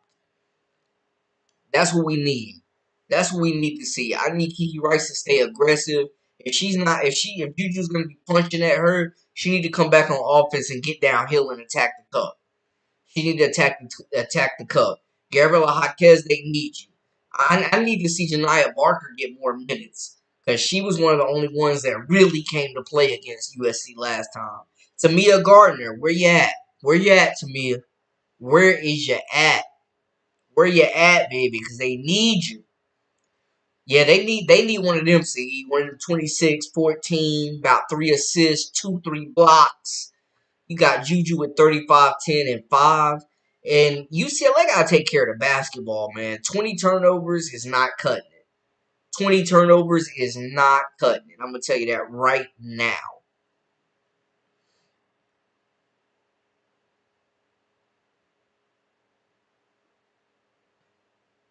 Man, shout out to y'all. Our first live in March. We doing numbers right now. Much love, much appreciation. If this is your first time, make sure to hit that subscribe button, comment, like, share. Stay up with all the latest and the greatest. And join our memberships. We got exclusive content daily, weekly, whenever you need it, of course. Yes, yes, yes. Yes, keep it coming. Keep the predictions coming, man. Keep those predictions coming. I need them. I need them. Keep the predictions coming. Yo, we need an efficient game for Kiki Rice, man. I like that stat line. She needs dang near a triple-double for this game. And they got to guard, man. They got to be physical. They got to make the decision of either, hey, we going to shut Juju down or we going to try to let everybody else beat us. But they lost last time by 11. And Juju and Kiki Riapin were the only two in double figures, man. Like, Juju Watkins is the most game-planned player, like game-plan for player in the country. We see her through double teams, triple teams. Like, she is just an elite 3-level scorer. And you got a wing at 6'1" with that size and that physicality that can just body you down low. That can just blow past you. And she's probably the quickest player for her size that we've seen. Like, got the quickest first step. Elite handle, can get to her spot, can make off-balance shots, tough contested shots. Like, it's going to be one of them, bro, where you really just got to stay in her face, deny her the basketball, and just try to make things extremely difficult and uncomfortable for her. But Juju is also a capable playmaker, too. She's also a capable playmaker, too. But I'm honestly, too, banking on the fact that it's really hard to beat a team twice, man. It's really hard to beat a team twice. And on top of that, man, USC has been tough at home. They had the crib with it, too.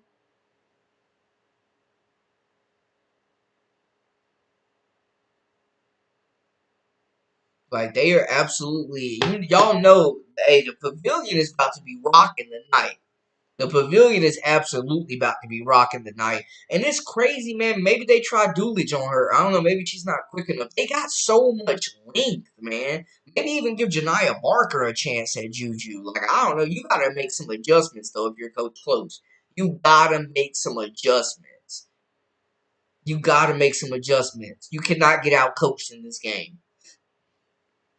This is like UCLA's been to a couple Elite Eights. USC in the Juju Watkins era hit the ground running last season. They overachieved.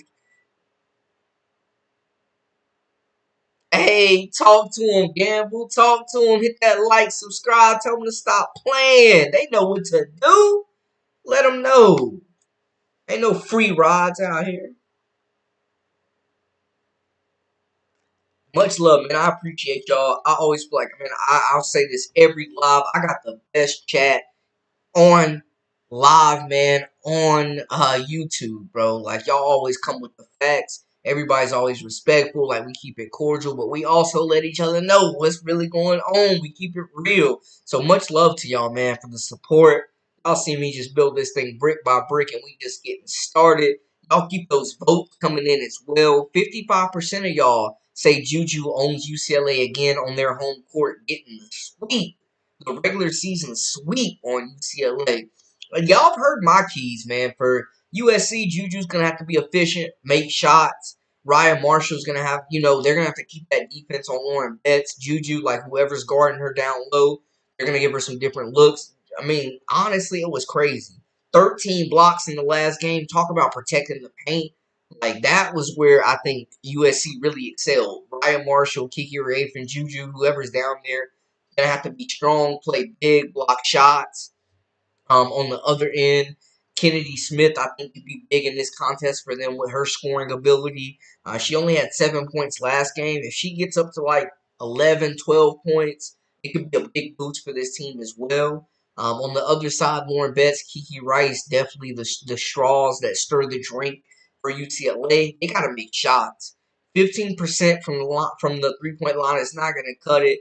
20 turnovers. Y'all got to take care of the basketball. They dominated the glass last time. They just were getting all their putbacks sent into the stands. That was the problem. Facts, Saheed. Facts. It's never that deep. I'm right there with you.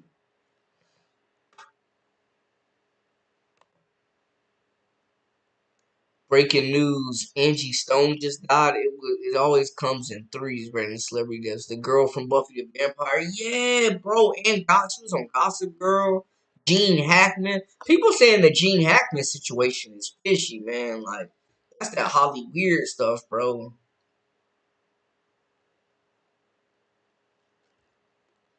Yeah, it's definitely getting weird. This is the best chat. Yeah, it's definitely never that deep, bro. We can all be cordial. We don't have to agree, and we can still get along. Mark Juju will show up with Big Ten title on the line. That's the thing. There's a lot of implications about tonight's game, man. You got the Big Ten regular season title.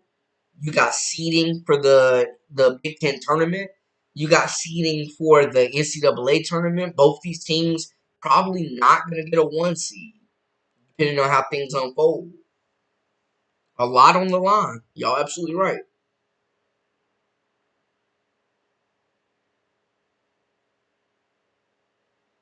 And you, Kings, Lions, Crown, welcome in, and you're playing for that Big Ten title. You're playing for that on your own home court too. Like, you playing at the Peter Pavilion. There's no way, like, you cannot lose that game. The Pac-12 should still be a conference in general. I'm with you, Saheed. After the run that the Pac-12 had last year with Stanford, with Oregon State, with USC, with UCLA, with Utah, like, bro, after the run they had last year, ain't no way. They should definitely still be a conference. But y'all know football rules all in college sports. Football rules all. They don't care that UCLA softball is going to play a doubleheader on a Wednesday night in New Jersey at Rutgers. They could care less. They could care less.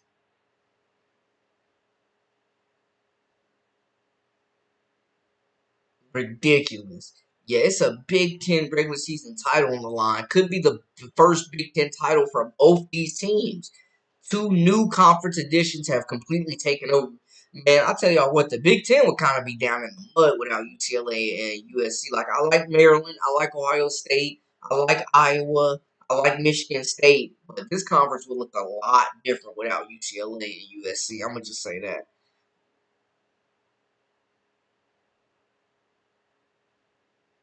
I always go back to when I first came on YouTube and people was like insulting me because they're like, "You're black, a black person, and you root for Caitlyn in Iowa," and I was disrespectful. Yeah, man. And people will say anything behind these keyboards, man. That's the thing, RC. Salute to you as a fellow creator, bro. Like, it really takes a lot to make yourself vulnerable and, open yourself up to criticism or insults or anything like that. So anybody that's out there creating content, man, salute to y'all. And I'm not one of them ones that's like, don't be promoting your stuff in my chat, bro. If you got a YouTube and you be doing your thing, bro, I'm never gonna be one to be like, don't drop that in my comments, man. I want to see everybody grow. So definitely don't think if you got something to promote, man, I'm not one of the ones that's gonna kick you out for promoting your own stuff, bro. I'm trying to see everybody grow. It's much love to any creators out there, man, because it's not easy. It's not for the weak.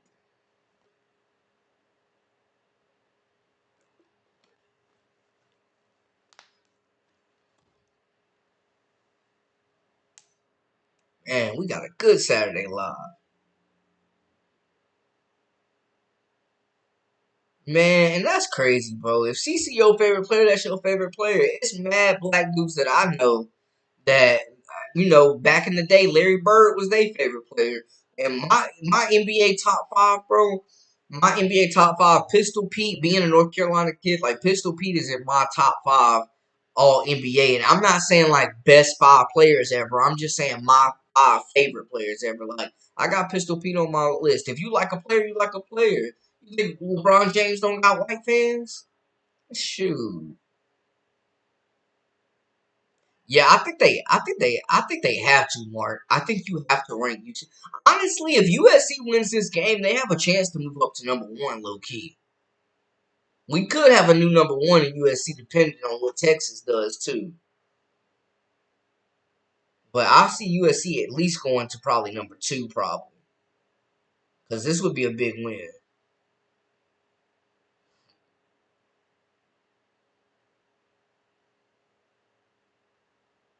I'm with you, Saeed. Pistol Pete could play in the NBA today and still. Oh, could you imagine, like, and I still go watch his highlights and there's mixtapes out there. But could you imagine, like, back in the day if people was really, like, social media and there was mixtapes going on? Like, Pistol Pete would be must-watch TV, bro. He would be one of the best mixtape players of all time. Oh, my goodness. But yeah, Texas got Florida. Like, it'll depend on some things.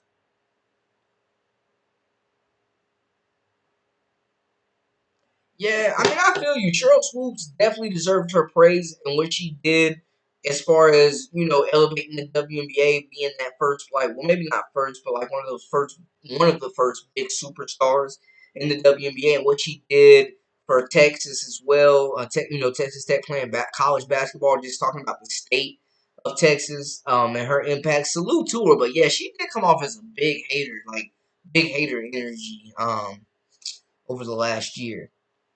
But yeah, Jason, well, White Chocolate out there ran University. Man, you could tell too. Jason Williams absolutely grew up hooping against black dudes and spent a lot of time around black dudes. You could absolutely tell. Bro, 44 a game, cold buckets without a 3-point line. Yeah, yeah, like different. Man, if his dad would have stayed in North Carolina, Pistol Pete would have been giving out them buckets at NC State. Mm.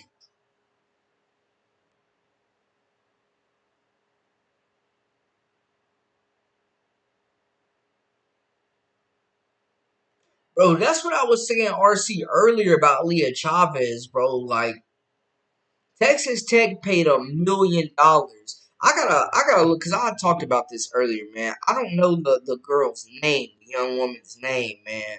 But Texas Tech paid a softball pitcher $1 million for softball.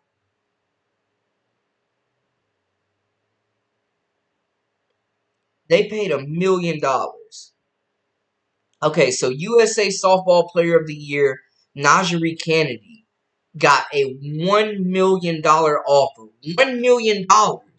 Best player in softball, a pitcher, got $1 million from Texas Tech to transfer there and play softball for them.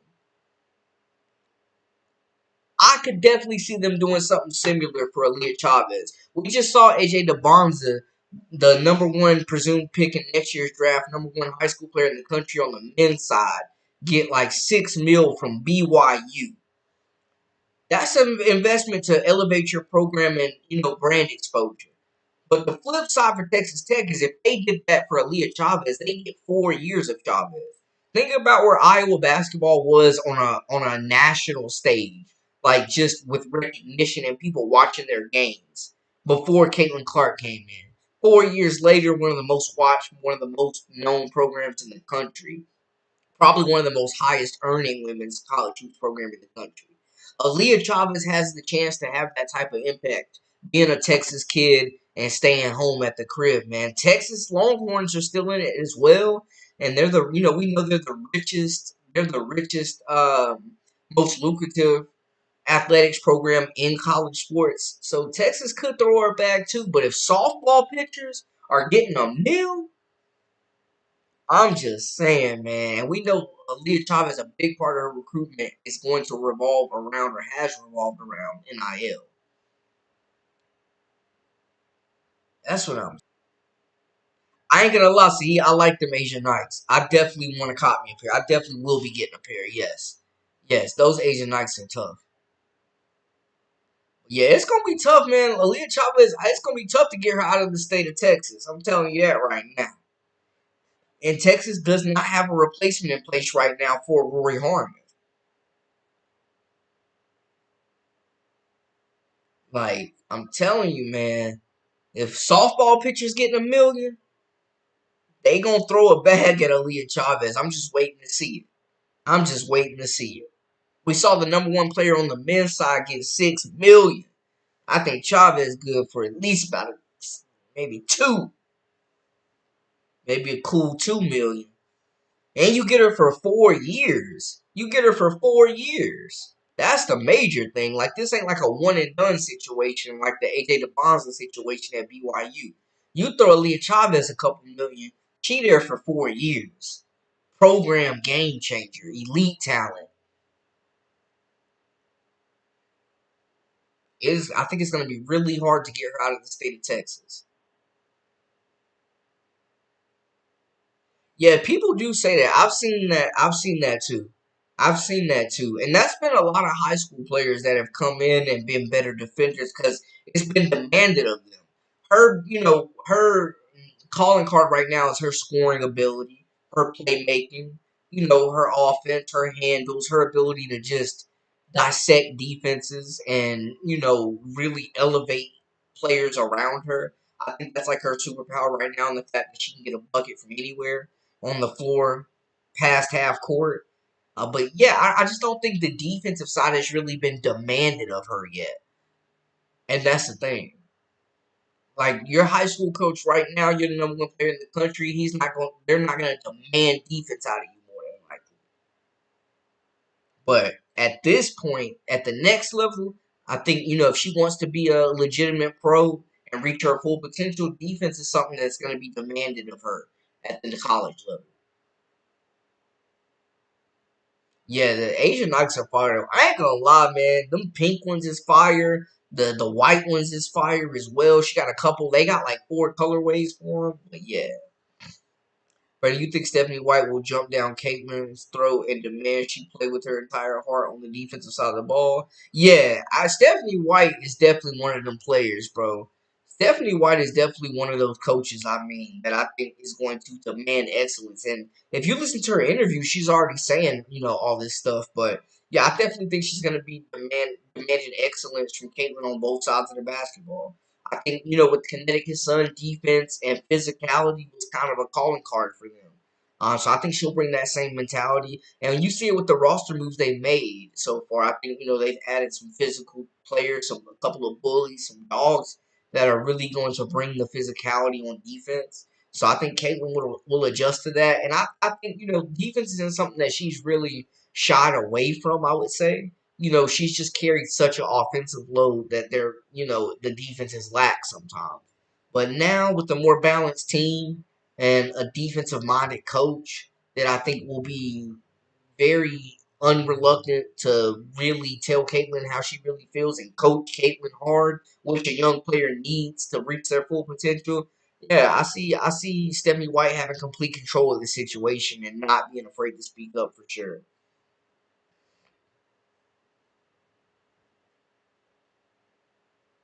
Hey, when them CC22 drop, yes, them hey man, them mugs gonna sell out so fast, bro. They gonna sell out so fast. Oh my goodness. Them CC22s gonna sell so fast. Oh my goodness.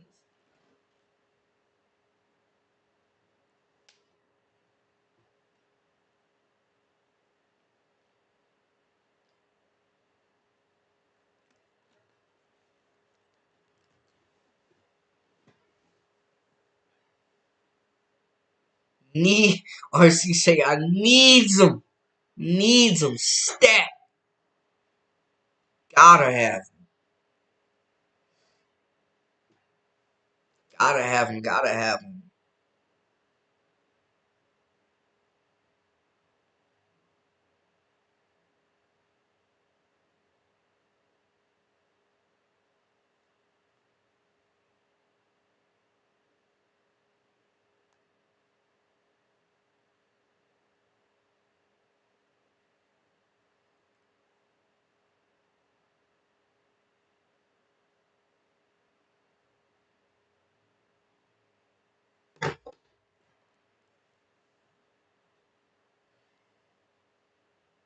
Let me check the poll real quick.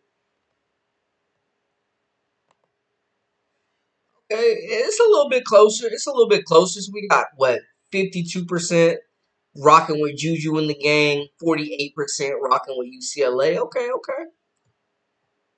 48 to 52. Okay. RCU, wow, like a Resident Evil zombie. That's hilarious. That is hilarious. Raccoon City and Rack City. Look, y'all are not playing. I'm telling you, though, them CC22s is gonna sell out. You're gonna have a bot. Man, them resales too. You know the resellers gonna get their hands on them CC22s. Man, it's gonna get wicked out here. I'm trying to tell you. It's gonna get wicked out here, y'all. 9 o'clock tip off. Y'all know, man, them West Coast times be killing us.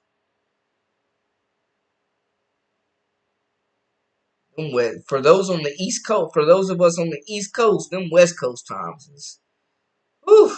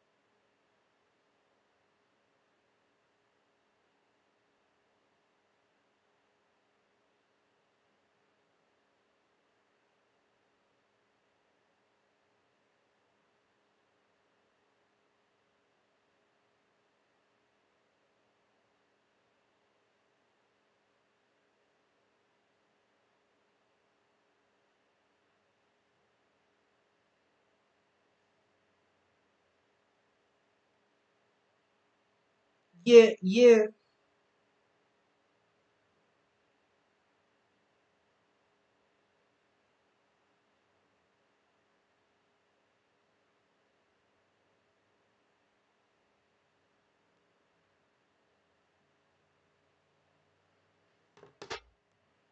Let me catch up in the comments. Y'all still hit the poll. Let me know. Let's get some more votes in. They probably gonna raise her Indiana Fever jersey prices too. Yeah, I can see it. Hey, resellers better stay away from the CC. They, man, I'm telling you, man. Watch when them resellers get a hold of it. It's gonna be OV. OV and OD. Kiki Rice is a declawed house cat, and Juju Watkins is the roaring lion of the jungle. There's no other way to explain it, and that just can't be the case tonight. Yeah. Yeah, Kiki got to bring that dog out of her, man. UCLA got to stand on business tonight. That sophomore class is now juniors. Like, they done been together. It's championship or bust right now. Like, yeah. You cannot let Juju continue to take your lunch money, period. You cannot let Juju continue to take your lunch money. Can't do it. Yes, and y'all, man, definitely tune in on Sunday night. We will be dropping a live doing predictions for the conference tournaments for sure. Tell her to hold on, RC. It'll be her time.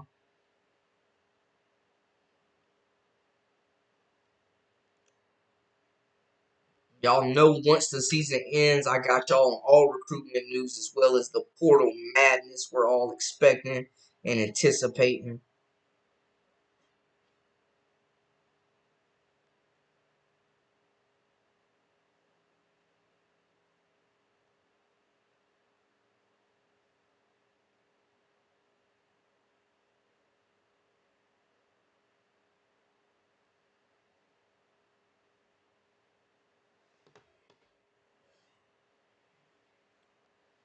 Brandon, I heard other Big Ten teams might throw the bag at Aaliyah Guy.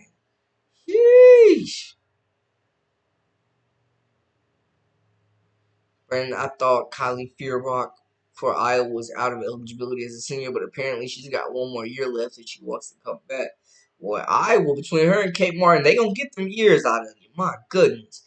Man, I'm expecting a big year out of Rikia Jackson, man. I really am. I've just seen her confidence grow throughout last season, showing that, she can be a three-level scorer and find her offense within, the flow of the offense. But also, I think her defensive intensity stepped up a lot last year. She benefited from Cameron Brent's injury. I'm not gonna lie, but I think they can benefit each other on the court at the same time as well. But yeah, I think she should have a big second year, man. I really thought coming in, other than Caitlin Clark, Rikia Jackson was like the most polished and well-rounded scorer in this class, and yeah, I think it's gonna be a big year. I think Los Angeles having Kelsey Plum in that lineup as well is going to make things life easier for Rikia Jackson as well, from her having a lead guard that can really pass the basketball.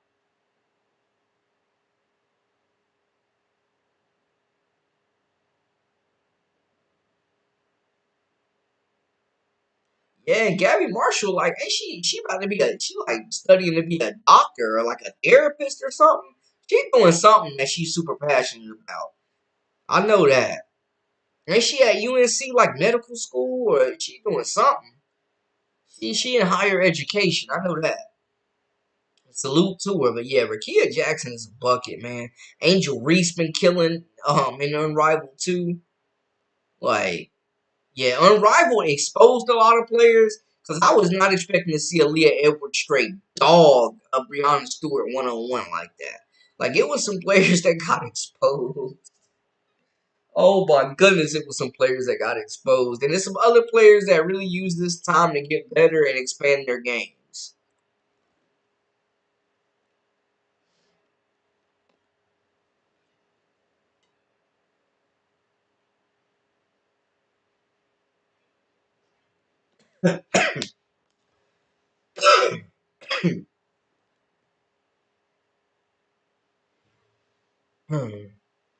Gabby Marshall was an excellent college player for Iowa. Gabby Marshall, because in March, elite. But I think of her scoring droughts, height, and lack of ability to create shots kind of made me realize that college ball, yeah. And some players are just great college players at that level, and that's quite okay. It's quite okay.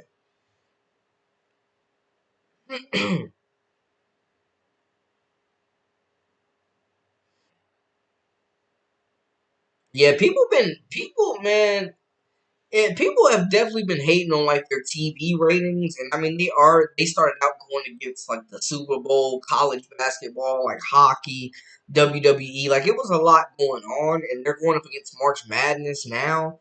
So it was a lot going on, but yeah, I think it is hit or miss because some of the games were terrible. I'm not gonna hold you.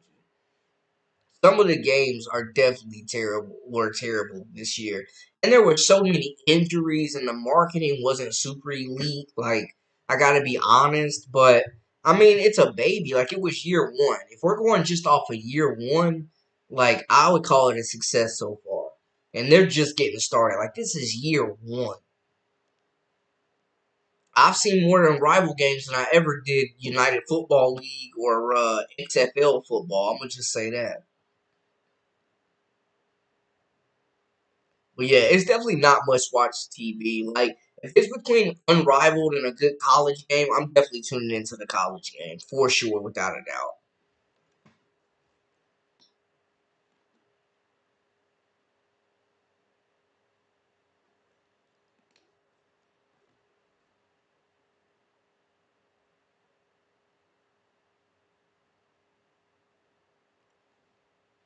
Yeah, you're right about that. That 2027 class about to be all time great. Oh my goodness. Juju's class with Hidalgo and Malaysia for Wiley and Madison Booker and Audie Crooks. Oh my gosh, bro. And Michaela Williams. Yo, that 2027 class is going to be insane. Oh my goodness. That might be the best WNBA class of all time. I'm not going to hold you.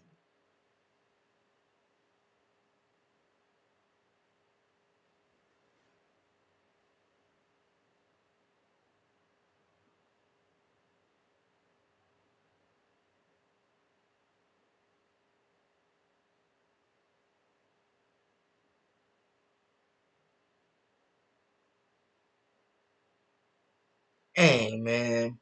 I can't believe. So Angie Stone got into a car accident.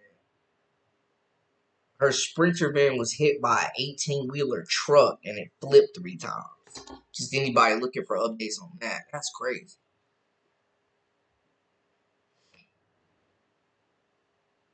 Yeah, if Unrivaled keeps the talent coming in, keeps everybody healthy, you ain't lying though, RC. The South Carolina guards, man. Bria Bill, Destiny Henderson, kind of the latest one.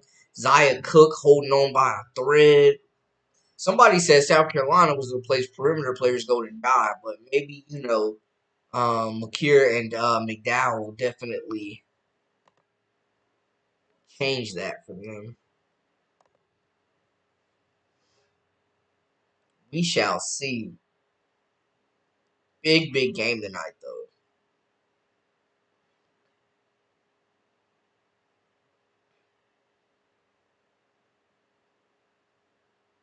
One more thing. I think Nika Mule is better than Zaya Cook. Yeah, I feel that.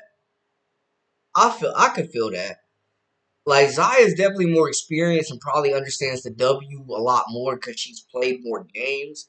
But yeah, Nika Mule's talented, man. She's a talented defender. I thought she was somebody the Valkyries should actually go after, to be honest with y'all. Speaking of Iowa, the Valkyries feel like Kate Martin is about to be a culture changer. Yeah, other than like Alicia Gray, bro, you really don't see like a lot of guards from South Carolina making it or sticking. Okay. And Molly Davis was a bucket too. She absolutely was a bucket.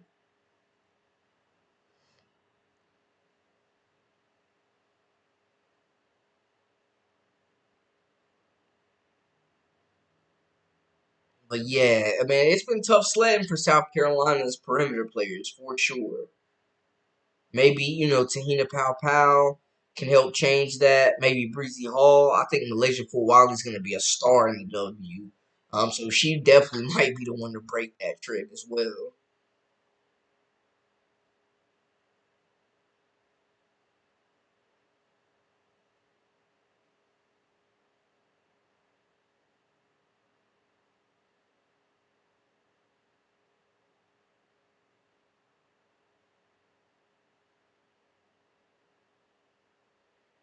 Brandon, I was advocating for Bria Bill to get a chance, but it seems nobody wants to give her that breakthrough. Yeah, when she first got to the Minnesota Lynx, I was like, okay, this may be a good fit, good system. Her offense still developing, but still an elite defender. But yeah, I mean, she's been cut by several teams. It really just has not worked out, man. Yeah, I agree, man. With the expansion, there's going to be more opportunities. I want to see Deasia Fair get back into the league as well. Like, she's another player. It's several players, man. I want to see her. Speaking of, man, where in the hell is Kennedy Carter going to be playing basketball at next year, bro? Nobody to this point has signed Kennedy Carter, bro. Like, where is she going to be playing basketball next year? What are the Valkyries waiting on? This is crazy. Where is Kennedy Carter going to be playing? Where is she going to be playing basketball next year, bro? She been killing in China. Where is Kennedy Carter going to be playing? Like, oh my goodness. RC, they say don't waste your money, big dog. I'm looking for. I mean, I want to see my Charlotte Sting come back to action, though, man. Bring back the Charlotte Sting, Cleveland Rockers, the Houston Comets. Like, bring them all back.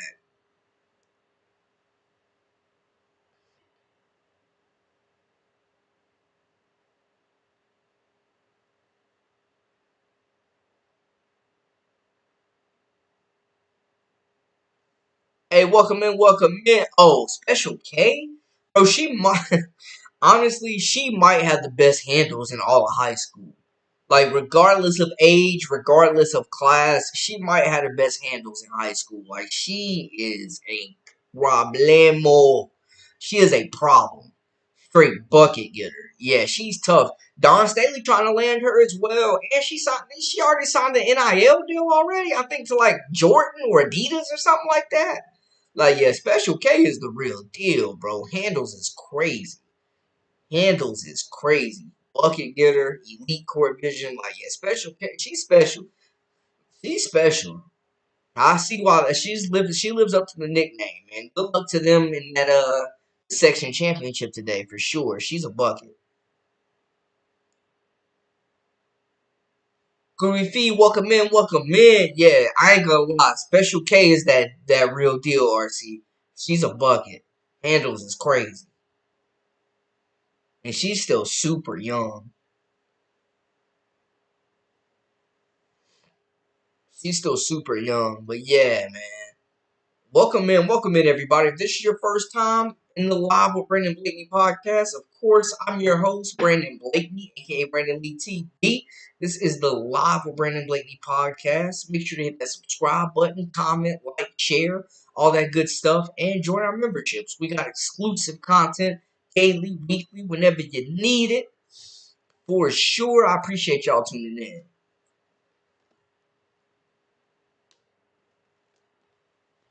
We just hit the 2 hour mark, y'all. We just hit the 2 hour mark and still going strong, man. I do this for y'all. The people's favorite streamer. I do it for y'all.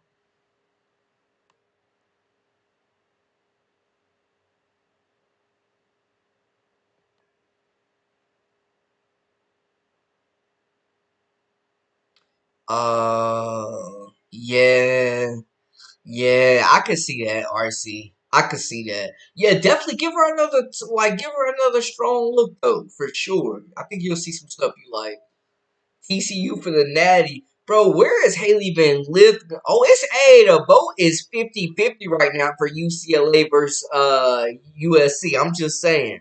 The vote is 50-50 right now. Ooh, it's gonna be spicy tonight. It's gonna be spicy tonight, y'all. The vote is 50-50 right now. Just throwing that out there. But hey man, Haley Van Lith has been really good this year. I gotta say. Sedona Prince, Maddie Connor. TCU got one of the best big threes. They not winning the Natty, but I definitely think they win in the Big 12.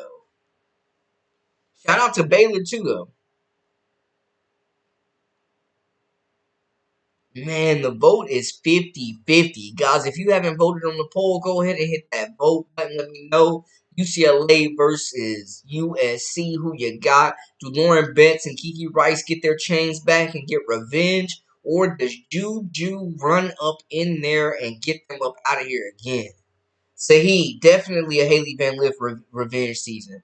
All-time high in assists so far for her. She is killing it, scoring the basketball, aggressive, hunting her shot. You know, showing that she can run a team comfortably. It was a last chance you situation for her, and she's made the most of it, man. If I'm an WNBA team and I got a second round pick, I'm not sure what to do with late first. And man, I'm taking a hard look at Haley Van Lith in that second round. I'm telling you. Yeah, man, she back in her bag, man. The shots falling, mid range, 3 point. She's getting to the cup. Like, even as a small guard, she's a very, very crafty finisher for sure. But I like that she showed she can run a team this year. She's not a lot. She hasn't been a liability on defense. The turnovers have been down. She's shown the court vision, elite pick and roll player, making decisions, getting others involved. Like, she's really got TCU achieving some things they've never achieved in their program history. They were top 10 for a lot of the season. Man, salute to her. Like, Haley Van Lith bet on herself, and she got absolutely active this season.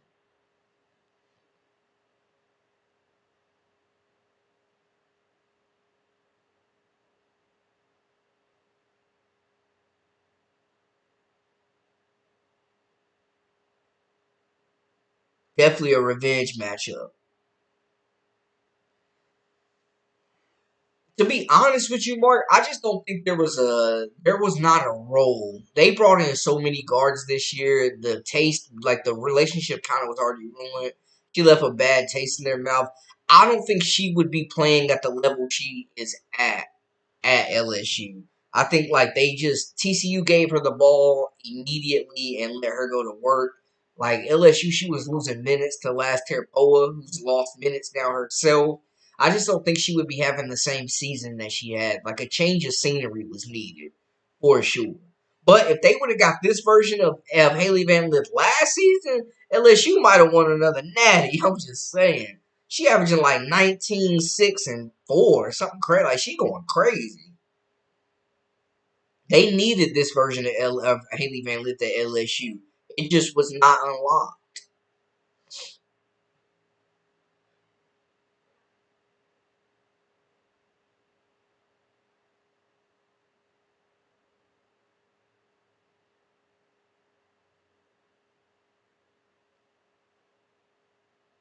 Okay, Journey Houston, definitely got to keep an eye out. Definitely got to keep an eye out, man. This 2025 class is going to be really, really good. I'm excited to see Texas's class, Duke's class, Stanford's got a really good class. LSU has a freaking unit coming in. South Carolina not done yet, just got the number 4 player. Like Aaliyah Chavez is another name that has to fall. We get to see the Bet sisters team up.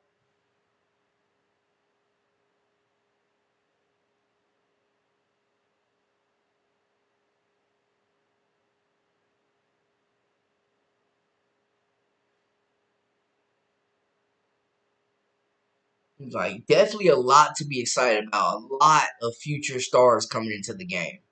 Definitely. These last 3 like freshman classes have been so impactful, man.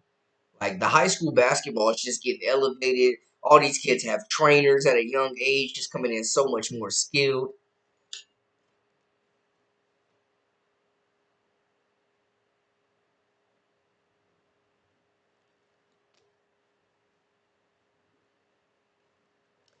Yeah, man, Iowa got a couple of bigs on the roster that I thought would be getting more playing time. Maybe 2. I just don't think that they expected Addie O'Grady to break out the way she did. But I mean, there's still,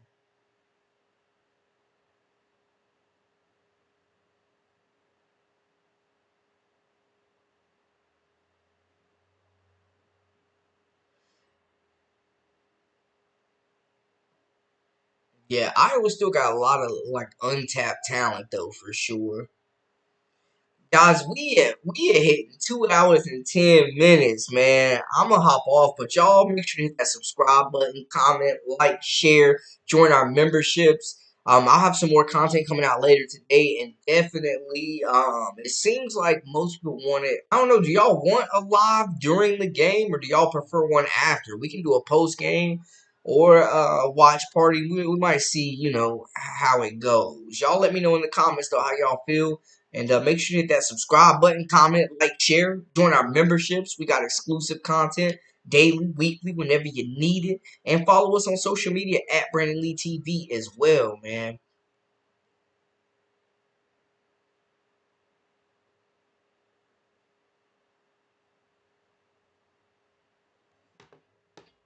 Do y'all want a live or post game?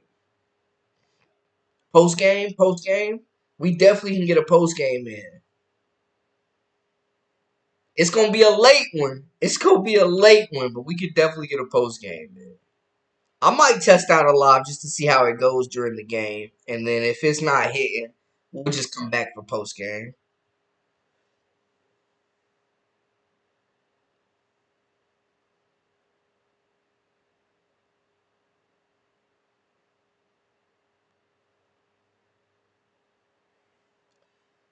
All right, guys, that is a wrap for us. Much love to everybody, man. Thank y'all so much for tuning in and rocking with me over the last 2 hours. Big news for everybody. And women's college hoops is a lot happening. Y'all make sure to hit that live button or like button, subscribe, comment, share, and definitely follow us on social media at Brandon Lee TV as well. Much love to everybody. Until next time, we out.